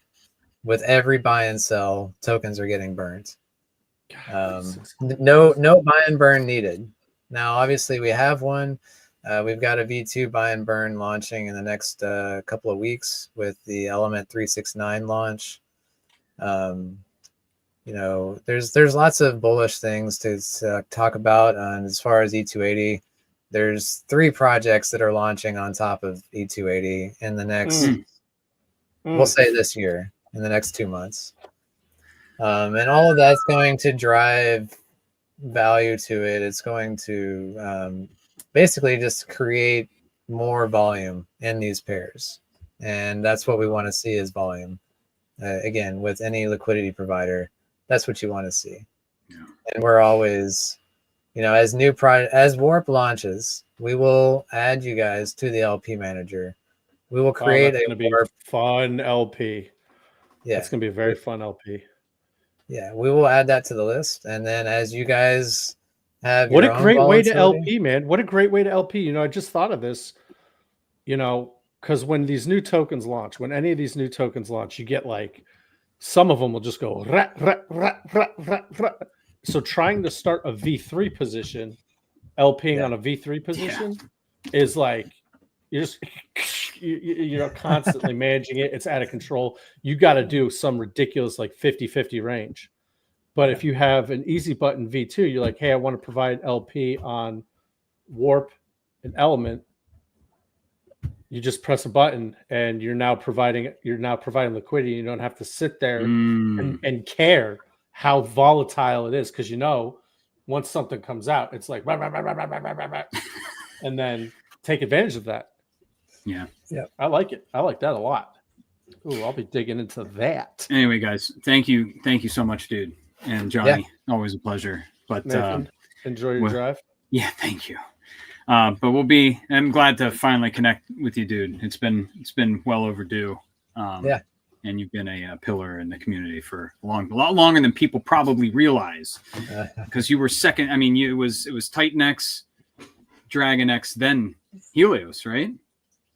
Yep. And that was back in March? Well, no, Titan Legends launched the same day as Dragon X. Oh, okay. Okay, yeah. They kind of got eclipsed by the Dragon X launch, and so but they were there. So we're actually Legends number 3. and that whole thing though, Legends and JakeX, it's going really well. It's going really well. So anyway, all right, guys, I'll see you later. All right, have a good one. Dom Hex, I tried joining the chat, but StreamYard hates me. It's like, connect your YouTube. I did, and it just reverts back to join the chat button. So I tried joining the chat like 50 times. But just to answer your question, Dom Hex, if you're still in here, does anyone use Revert Finance or Aperture Finance? I can tell you right now, whales do. I use Revert Finance. I've been on stream with Steve DeFi talking about it, walking through it. Get lost in that website. It is fantastic. I don't connect my wallet to it. It will ask you if you want to connect your wallet to it. You don't have to do that. I don't. And then Aperture Finance, that's on another level as well. you're going to want to really do some research on that, because that's almost like Chat GPT meets Uniswap. You know, you could literally tell it, hey, when I get to, if I'm on Element 280 and Hydra, and I get a little bit too much Element 280, I want you to reposition or whatever. I mean, you tell it what you want it to do, and it does it, and you don't have to be sitting around waiting to do the fees. Like your MetaMask pops down, it does it automatically for you. It takes it out of your money. I mean, it's really intense. It's very intense. But yeah, whales use Aperture Finance. Shrey actually put me on the Aperture like about 5 months ago. He's like, you need to take a look at this. And I did. And I was like, oh boy, this is intense. It is very intense. But Revert Finance is great for if you are curious where people have put their liquidity. Obviously you wouldn't need it for V2. It would just be useful for V3. But you can see, okay, let me see where this whale is positioned, and then you can piggyback off his position if you want. You can see exactly where he puts his minimum and maximum range. It'll tell you how long he's been in the pool. It'll tell you how much fees he's made. I like to use it not because I don't necessarily care too much about where whales place their LP. The majority of them are good actors and they place it full range anyway. What I use it for is, in my head, if I have, let's say, $5,000 that I want to LP with, and I'm curious because I'm looking at metrics, I'm looking at the calculator. The calculator's telling me one thing that I'll make. Well, you can go into Revert Finance and you can find somebody that has around roughly the same amount of money that you have. So find someone that's LPing with $5,000. You will, and you can see, okay, how much is that guy making per day on the? Now it's going to be very specific to his range, but just know you'll make more than that guy if you go tighter. You'll make less than that guy if you go wider. But if you use his exact range, you can see. And if he's been in range for like a week, it'll tell you he made this much money and his position has been open for 7.2 days or whatever. So that's what I use Revert Finance for mostly, is to say, okay, 5, 10, 15, $2,000, whatever it is, how much really would I make? Because that tells you exactly what they're making. Yeah, and just a quick disclaimer: past performance does not indicate future performance. Correct. It is based on the volume of that day and the day before, and the days previous, not the days ahead. For sure. Yeah. Excellent. But still, they're all tools, and you just have to realize that none of this is guaranteed. You know, we can't predict the future, but these are all tools, and the more information you can bring into yourself to make your decision on how you're doing your LPs, the better I think you'll do. Yeah. What is the risk of providing liquidity via the E280 website? I want to point out that we are utilizing the Uniswap smart contracts, and the E280 smart contract is not holding any funds. So when you create an LP through our website, it's just routing through our smart contract to get to Uniswap. That's how we can do it tax-free, because we've whitelisted our LP manager. So when you use it, it's taking your tokens, depositing them into Uniswap, creating the LP, and then it gets those LP tokens from Uniswap and then sends those straight back to you, all in one transaction. So it's not holding any of your funds, and you can take those LP tokens and go wherever you want with them. And that's why you can view your LP position on Uniswap, because you are the holder of those tokens. So as far as risk goes, we made it as minimal risk as possible. There's no holding of funds. And to me, that's very important, to be self-sovereign. Excellent point. And what else did we see? I'm way far behind. No, I guess I'm not too far behind on chat. User Vault, we've fixed a lot of these issues. I know there were some recent issues with the And to be clear, these are front end issues. The smart contracts are all working exactly as intended. We pushed a couple updates to the website in the last day or two, so make sure you clear your cache, refresh. Everything should be working fine. If not, feel free to DM me your error message, and I can look into if you're still having any problems. Oh, that's Maj has a good question. At 2:27 p.m. Yeah, that's a great question. I have NFT and has a global share percentage, say 0.01. If someone claim or burn their NFT, will that change my share rate? Absolutely. Now, right now, we're not seeing that because people can mint NFTs. And I'd say majority of the people that have burned their NFT are doing it to sell their tokens at profit. And then they take that profit and remint their NFT again. We've seen that happening quite a bit. And we, by design, allowed that because they are paying a tax on burning their NFT. They're paying a tax on selling their tokens, and that's paying the other NFT holders. So in that scenario, everybody's winning. After mint phase is over in 1 day, 17 hours, that will no longer be the case. Now your share rate can only go up as every NFT gets burned. Your percentage is going up permanently, can never go down.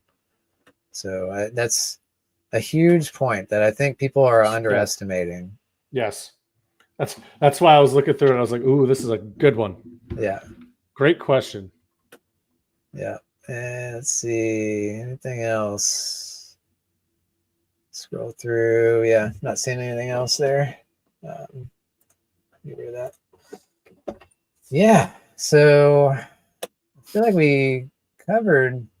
Is there anything you feel like we missed or didn't discuss? Or no, man, that was great. Watching Nathan get rugged trying to do his was great. But now, I'm on team NFT.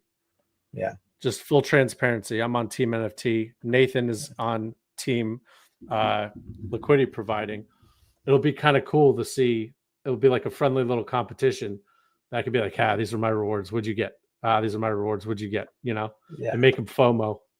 Right. I think it's very interesting to see, like, coming out of the gate during mint phase, it's only 5% liquid.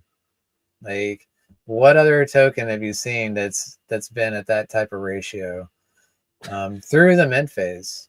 Like, it's crazy. It's crazy.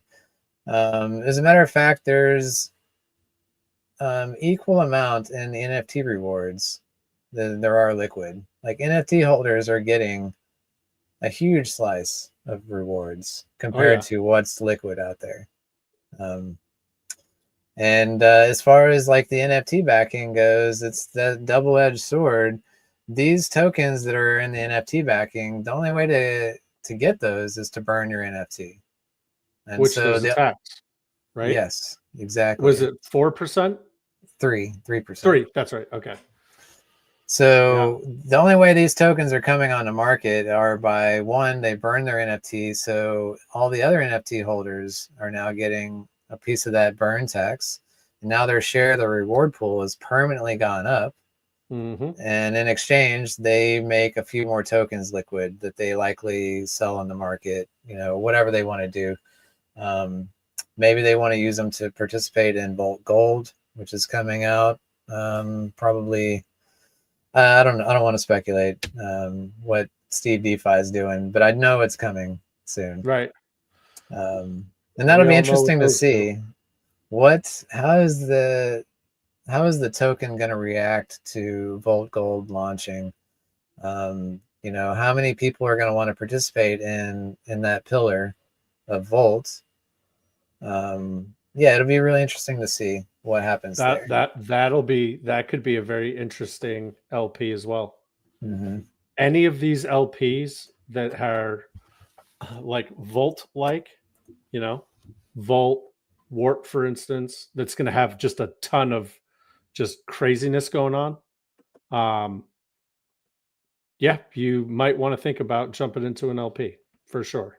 Yeah, take advantage of that, especially if you're already holding Element, and you don't plan on cheating it, and then here comes Steve DeFi with something that he hasn't made anything that sucks, to put it bluntly, you're going to probably want to hold that. I don't know.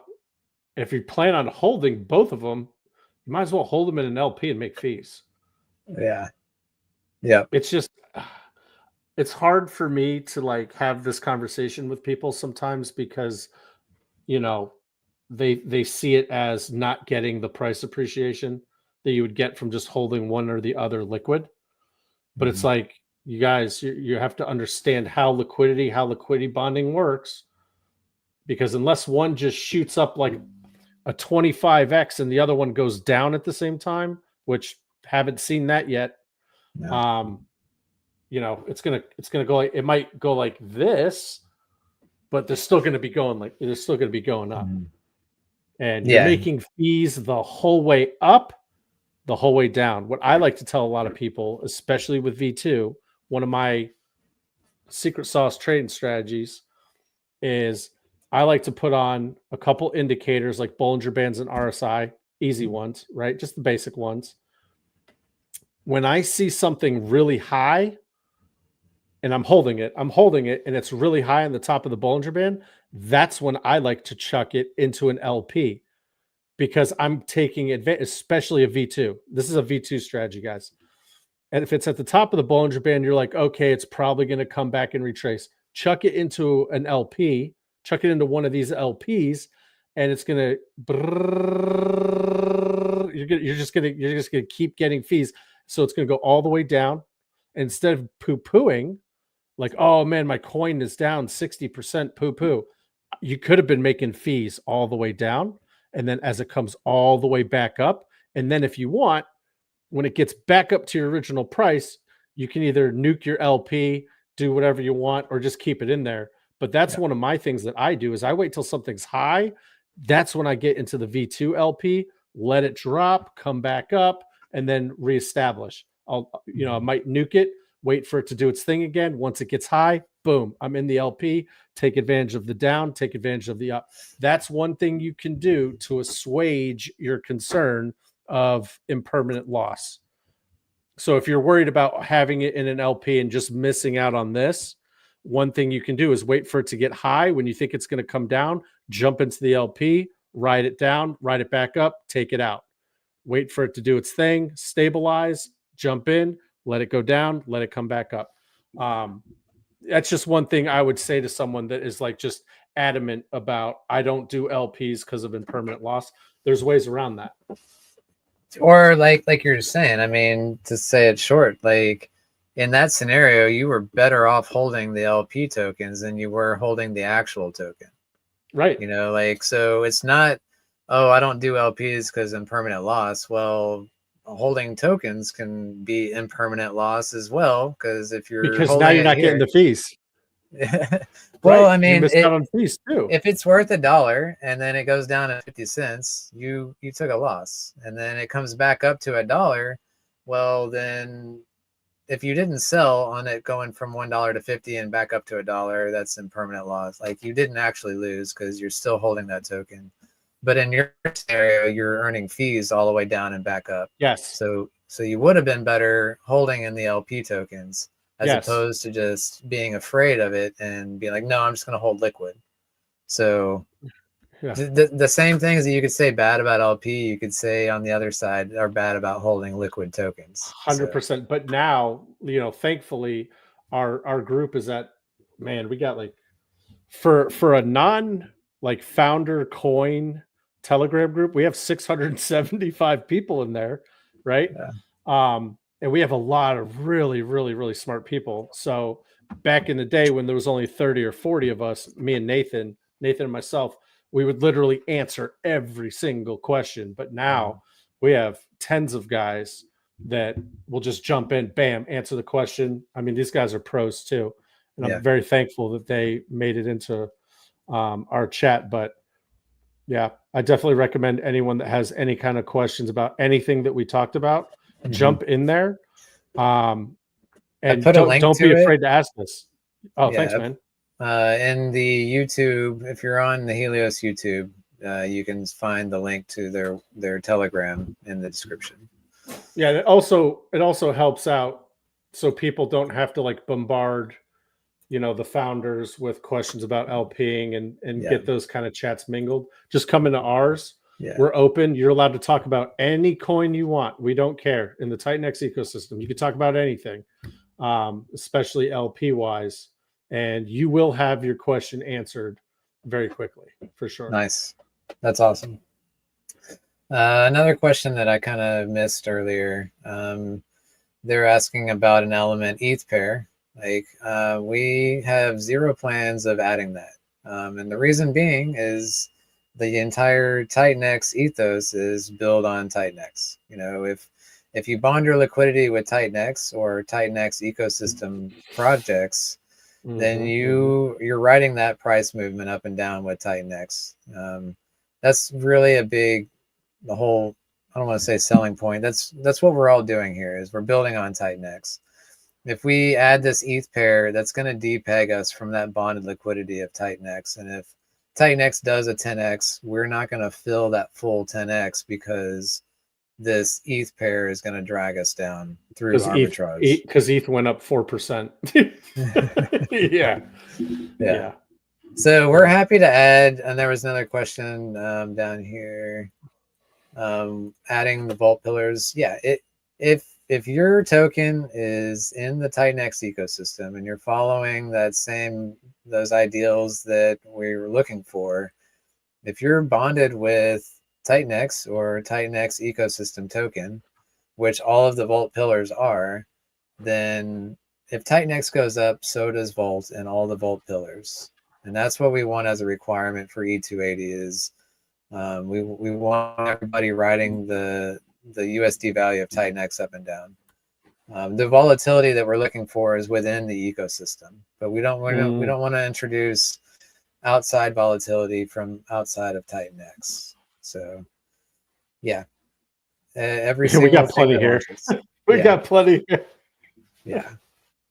Yeah, especially with the vault pillars. I mean, that'll be another 8 tokens that we add, right? So, yeah, so you'll see the element gold pair. Like I'll be excited to add that one for sure. Yeah, that one's gonna be awesome.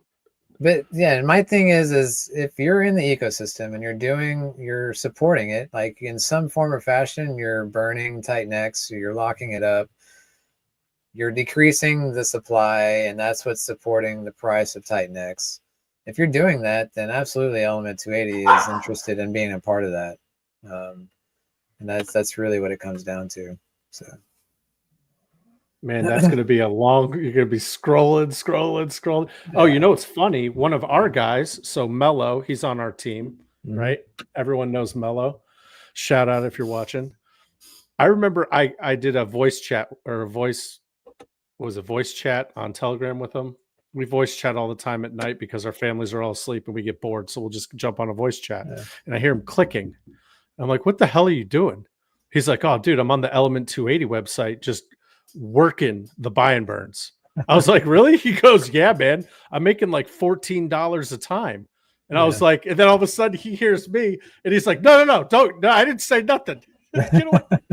But he was just, I mean, there's times, especially when Kuei is low. I mean, you can really just be like, pow, pow, pow, pow, pow. And he was making like $14 a click. And I was like, good for you, man. Yeah. Working the buy and burns. Yeah. Yeah. It was awesome. Yeah. I'm excited to get V2 buy and burn going with Element 369. We're just a couple of weeks away on that. And that's going to be a slower drip, but it's going to be a longer runway. I think let it get let the baby grow, right? Yeah. So I'm excited about that. Also, I want to touch on this as well while we're talking about it. Giannis over on Pulse Chain. I know a lot of you people are not big Pulse Chain fans, and I've seen it's a touchy subject, but hopefully with Pulsar, I came from Pulse. It's not. Okay. It's not. You're not touched. Yeah. That's where I came from. Awesome. Well, if you're not familiar, Giannis has $593,000 in Giannis that are able to be earned through our LP promo. And the way this is designed is you don't need both halves of the LP. You come over here and bring your token. And if you don't see your token on the list, let me know. If it's something I'm interested in, we'll easily add it to the list. Like we just added Pulsar recently. You bring your token. So we'll just say Pulsar. You provide 100 Pulsar.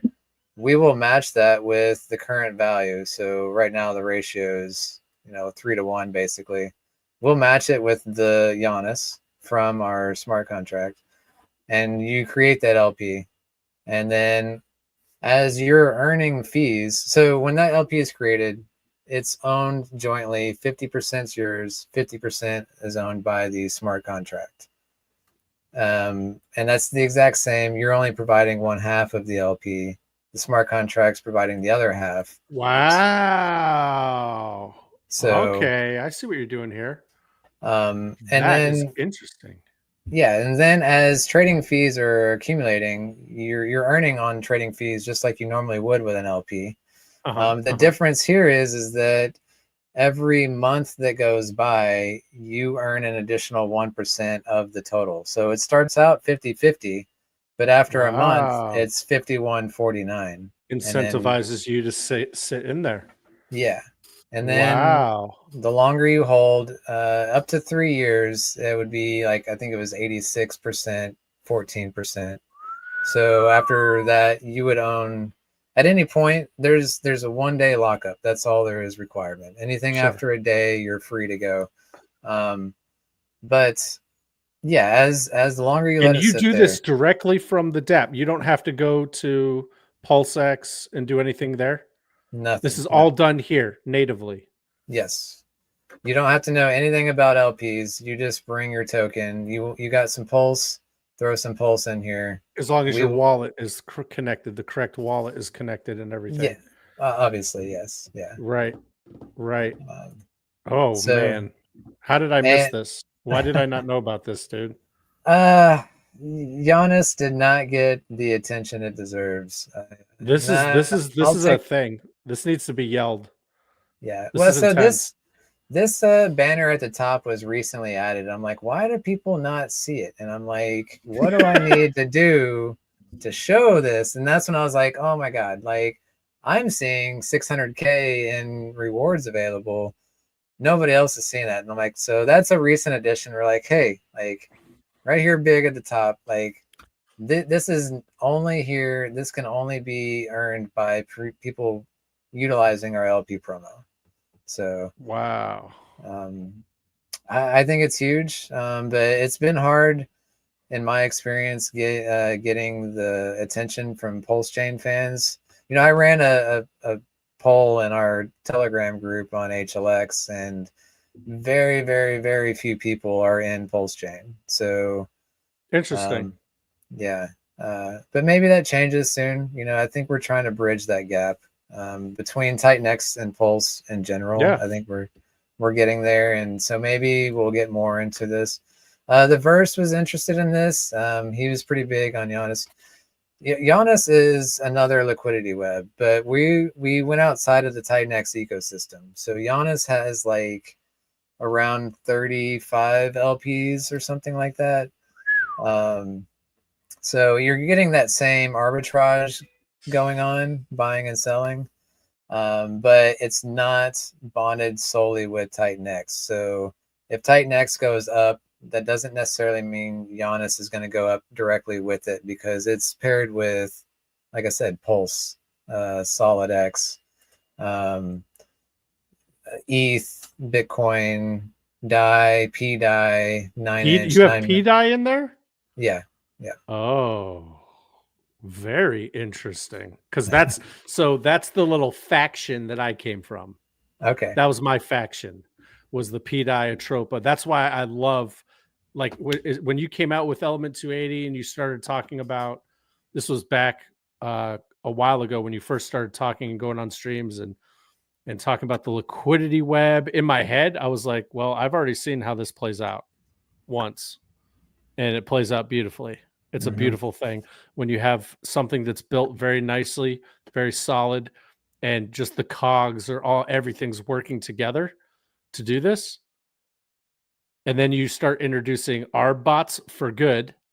Yeah. Right. The good ARB bots, not the dirty MEV web bots. attackers. Yeah, not the MEV attackers. But when you have actual ARB bots just controlling price, because that was one of the first things I didn't really even know what ARB bots were until I got into PDI, and I would see someone do like a $5,000 buy, and immediately after it, I would see like 20 like $100 sells, $50 sells, $30 sells, $5 sells, $8 sells, like immediate.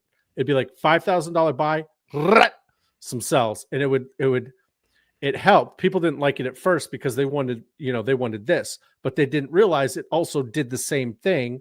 When someone did a $5,000 sell, you'd start seeing $200 buy, $200 buy, $5 buy, $10 buy, $30 buy, like right away.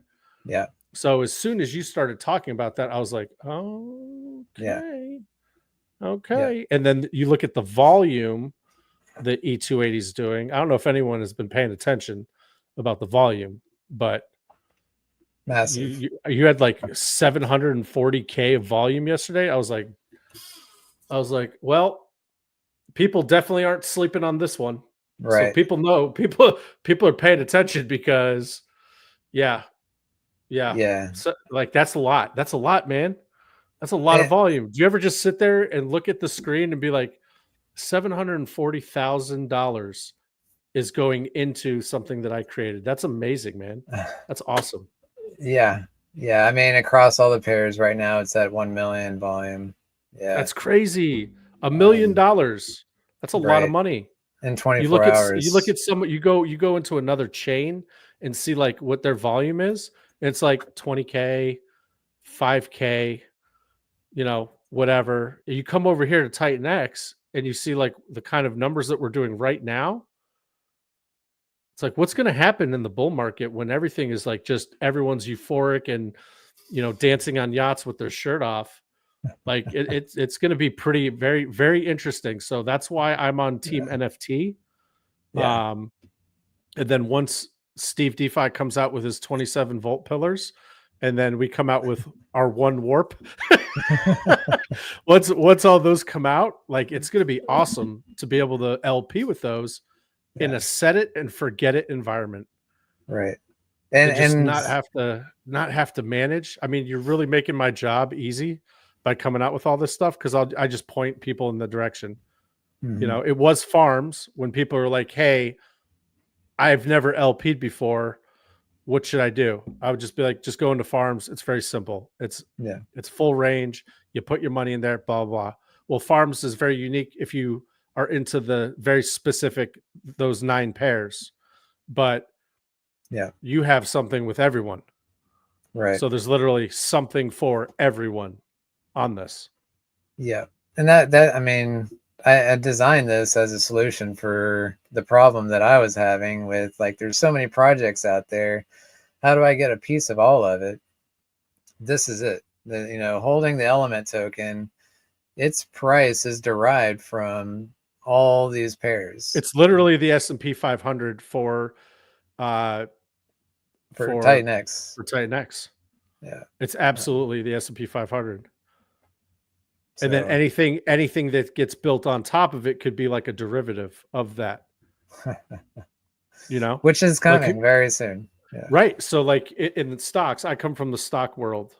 Before I got into Pulse Chain, I was big time into stocks, options trading, all this kind of stuff. So whenever I look at things like this, that's where my head goes.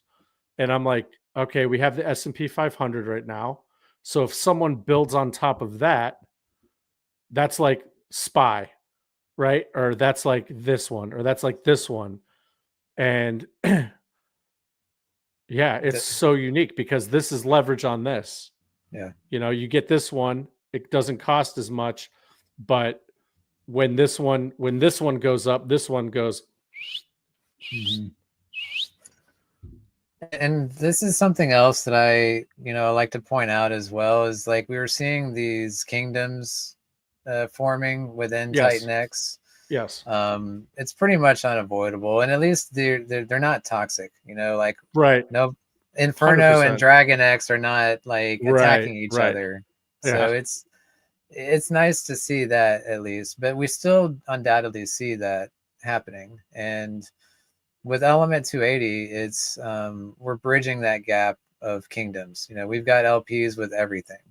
And so as somebody else that's new and wants to build in the Titan X ecosystem, and they're like, well, which kingdom do I get into? Sure. You could just build on Element 280 and know that you're built on top of every token in all the the ecosystem. things. Yeah. So I'm gonna have to have a little chat with Nathan after this. Because that's a great point. That's a great point. And Mhm. I'm an NFT holder. I don't plan on selling my NFTs this market cycle. That's not why I bought them.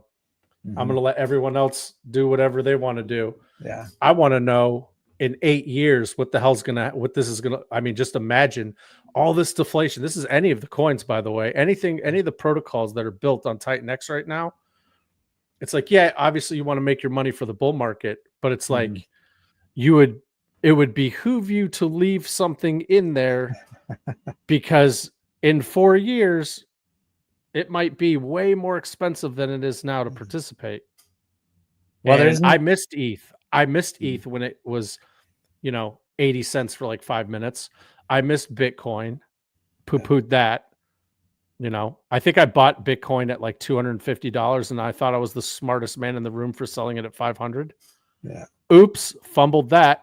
Awesome. SHIB, same thing. Got into SHIB. I wrote it for like a 3x. Thought I was the smartest guy ever. Because again, I come from the stock world. And if you get a 3x, you're like the man. Yeah. So I 3x. I was like, haha, look at me. You guys are idiots. 1,000,000% later. Yeah. Welcome to crypto. Right. If it's not triple digit ROIs, then you're not doing it right. That's right. That's right.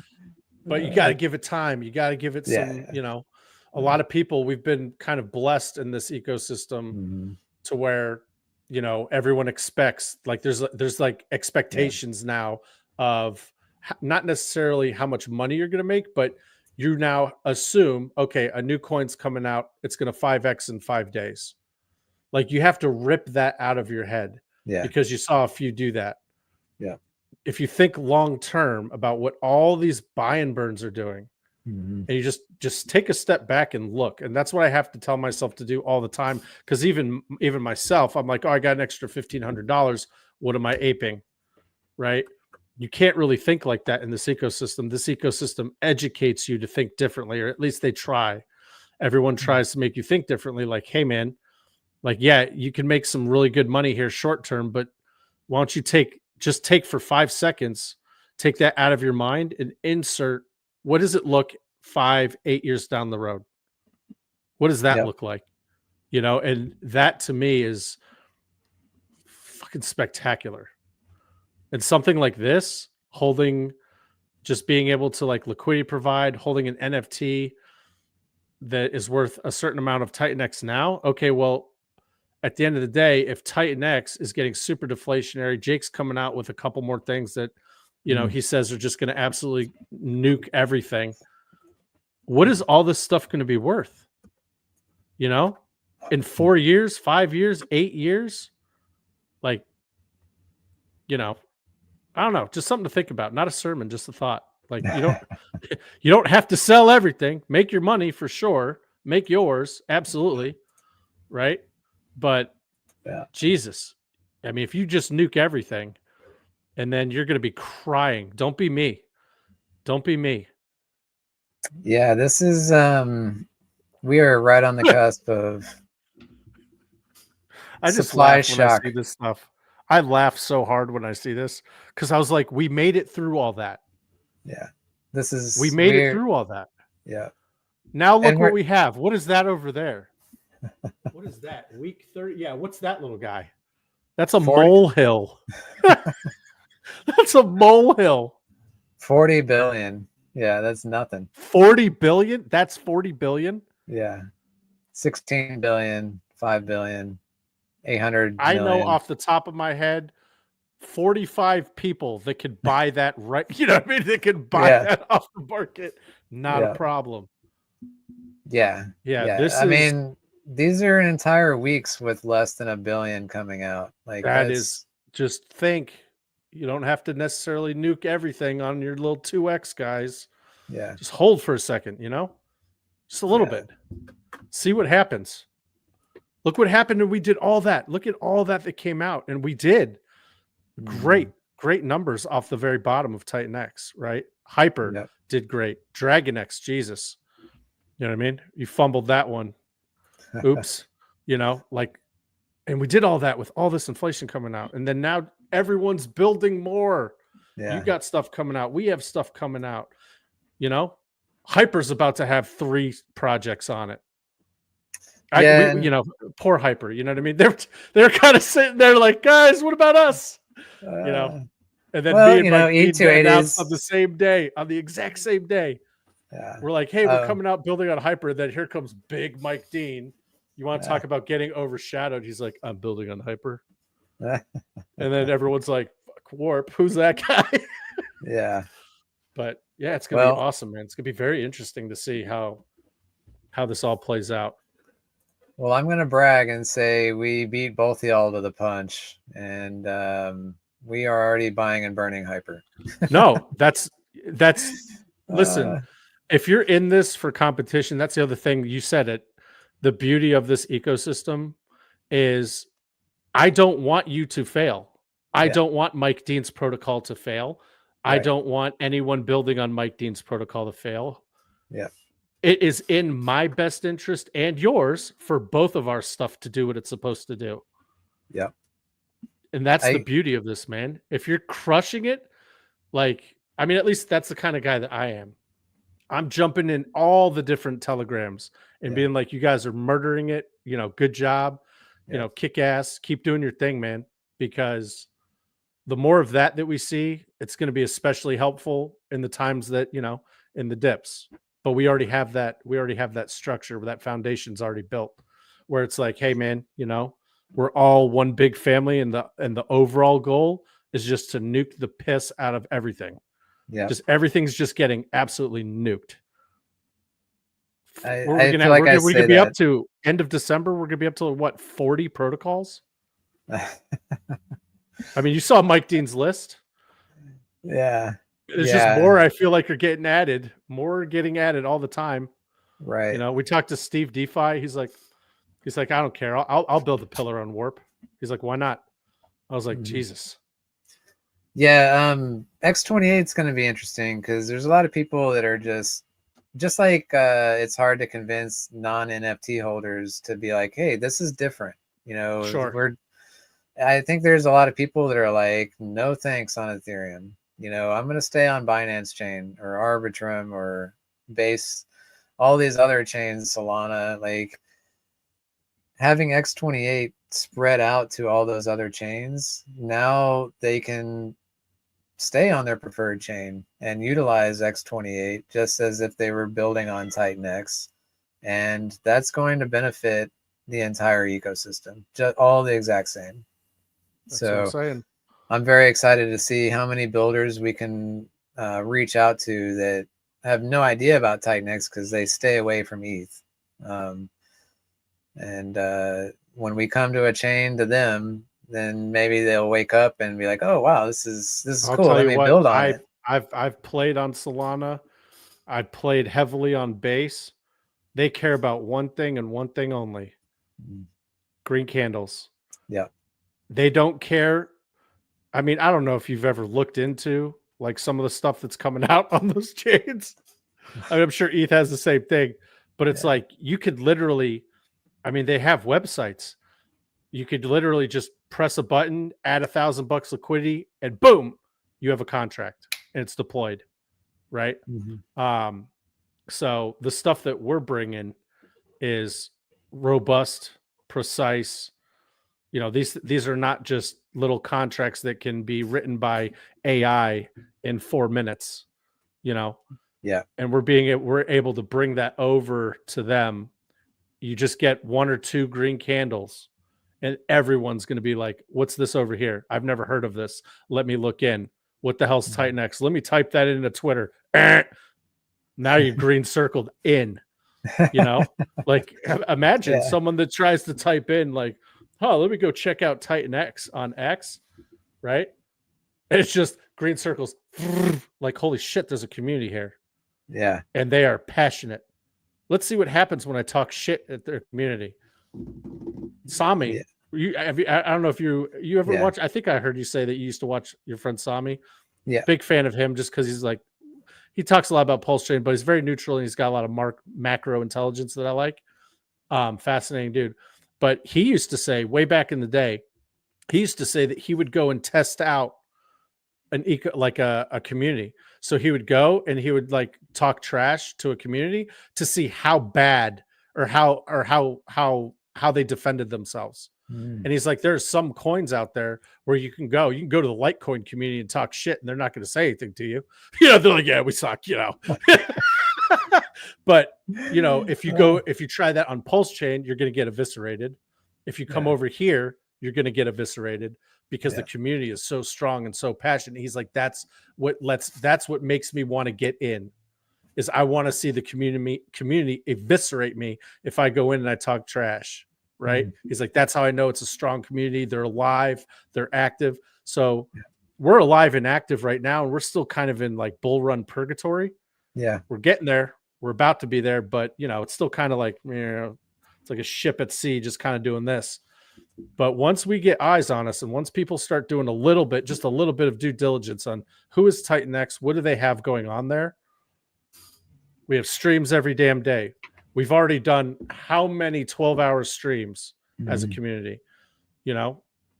And we got hats, we got shirts, we got the dude who's providing liquidity with everyone, you know? There's so much here. We have farms, we have this, we have that. Once they start understanding like what the hell's really going on, then they're just going to be like, you know what? Screw this. I've been in Brett for 10 months and it's at the same price it was 10 months ago. It hasn't done anything. Let me go figure out what all these massive utility coins over here are. Oh shit, they have memes too. They have memes. Even the meme tokens have utility. So it's almost like I almost hate calling them meme coins. Yeah. Because when you hear meme, you just hear shit, doesn't do anything. Like that's what you think. But over here, you can't think like that. Yeah. You know, massive Inferno fan, Baby Dragon X, James is my boy. So I mean, these things are all have a purpose, all have a design. And you put that with that. Yeah. Yeah. That's when I start thinking about all those things, I have to pull myself back and be like, okay, like control it. Like I'm hyping myself up, you know, let me slow down. Like there's just too many things. Like when I get on Titan X Hub Premium, those stats are just too bullish for me. Like I'm like, how? Oh my God. Like these are facts. These are numbers that are going on. It's not speculation. I mean, obviously there's always a little bit of speculation in all of these things, but it's not he said, she said. Yeah. It is. Here's your fact. Here's your numbers. Yeah. You like numbers? Here's your numbers. Yeah. I dare someone to scroll through that and not get bullish on Titan X ecosystem. Oh, 100%. And that's the most powerful entrance into the ecosystem now is like, what do I do? What is Titan X? You just send them there and just say, just get lost in Titan X Hub. Just get lost. And once you get into the ecosystem, pony up the 250 and get the premium. Now you're playing with gas. Now you're cooking with gas. Yeah. Let me run through a couple more questions that popped up. The volume link, all I'm doing is going to Deck Screener and I'm using a watch list, and I just add all the LPs to the watch list, and then it gives you your total volume and transactions on everything. That's how I'm doing that. And then I saw another one. Ooh, that's a good one. If you're providing LP, so the way PTGC is designed, no, you're not going to be earning. As a matter of fact, I'm not that familiar with it. Does that mean the LP is now earning those reflections? I'm not sure. I'm not sure, to be honest. But I did add PTGC just because somebody requested it, you know, and there's quite a few people in our community that also are into PTGC. Yeah. Yeah, so I was happy to add them. I have not added UFO. I could probably add that as well. But as far as reflections go, I don't know the exact specifics on how they work. So I would go to their community and say, I mean, it's just like regular LP providing. So they would know that. Do LPs earn reflections or not? Most likely no. I don't know how you would. That would be a complicated procedure to earn LP fees and reflections. So yeah, especially with like if it's on a V, is it on a V2 or do they using? Yeah, they're using V3 or I don't know what they're using. Yeah, it is V2, right? It's V2. Yeah, any tax tokens got to have to be on V2. Yeah.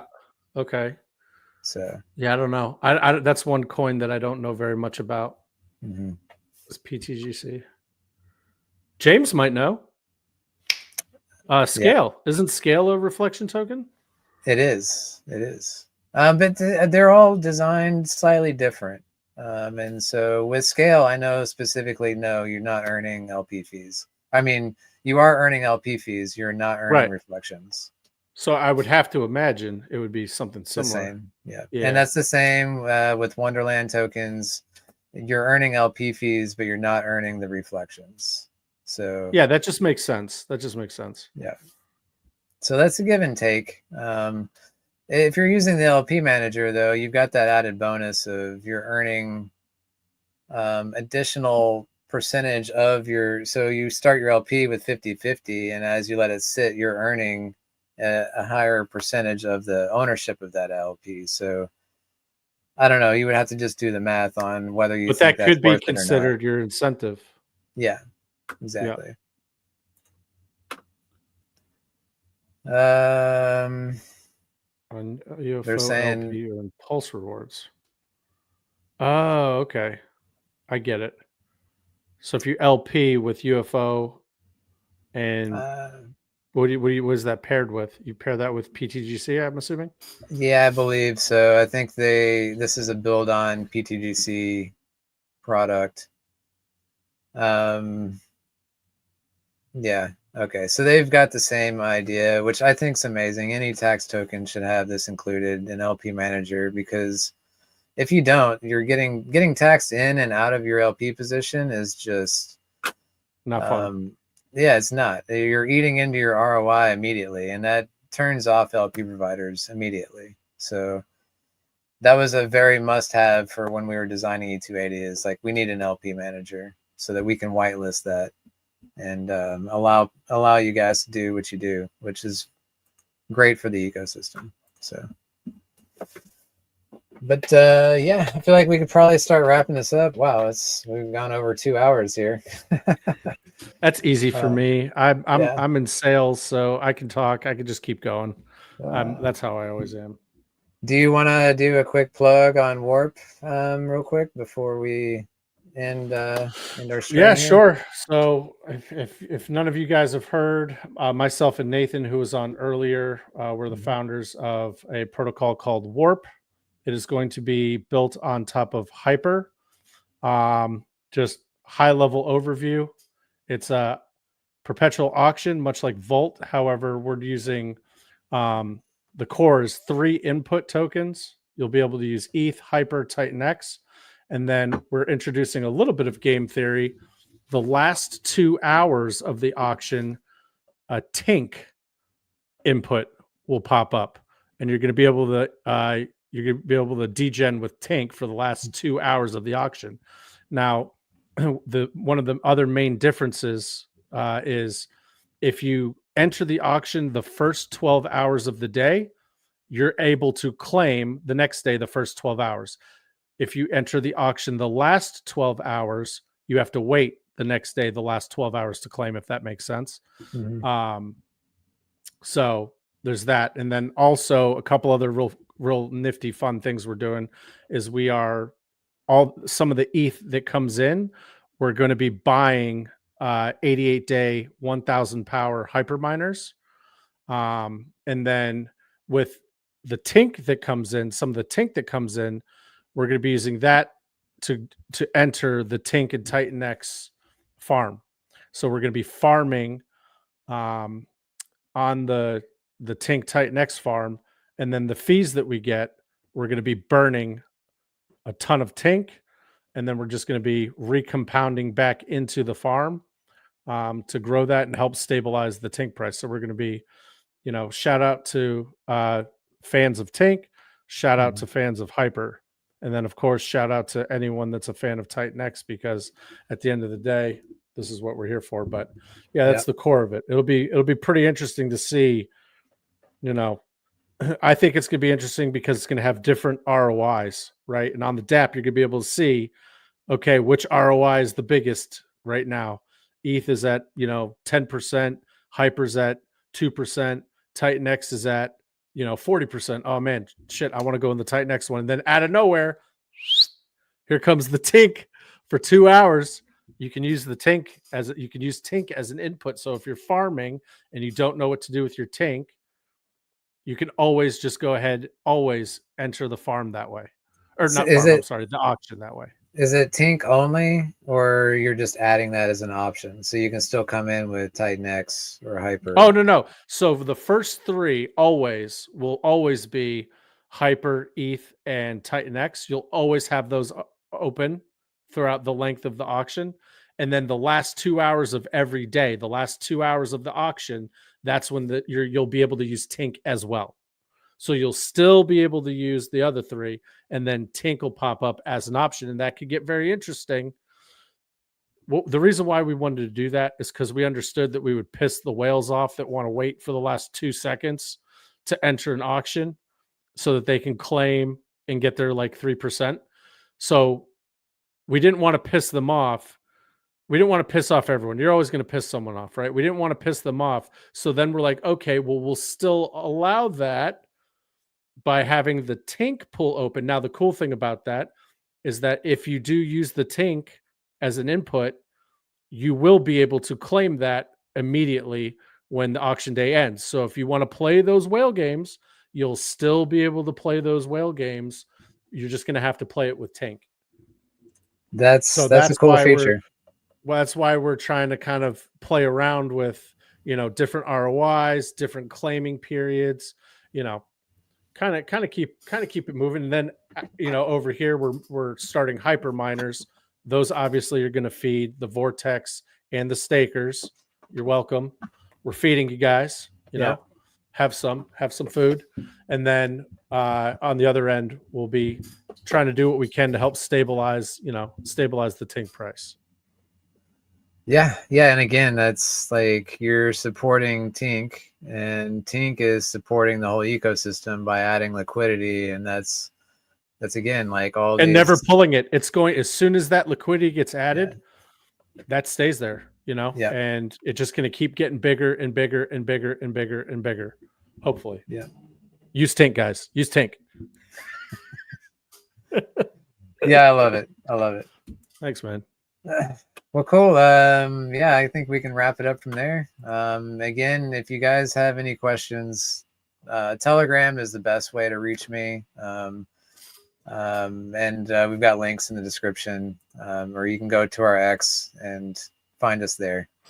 And the best way to reach you guys would be Telegram as well, I assume? Yes, absolutely. 100% for sure.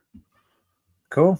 We're everywhere, guys, in every Telegram. So just at us and we'll figure it out from there. Yeah, that's a fun game as well to play when you click on somebody and be like, oh, we have 32 chats in common. All right, this guy knows what's up. Yeah, 100%. I think James and I think him and I have the most in common out of anybody else I know. It's funny. It's over 30, I'm pretty sure. So but anyways, he's everywhere. Yeah, he's a robot.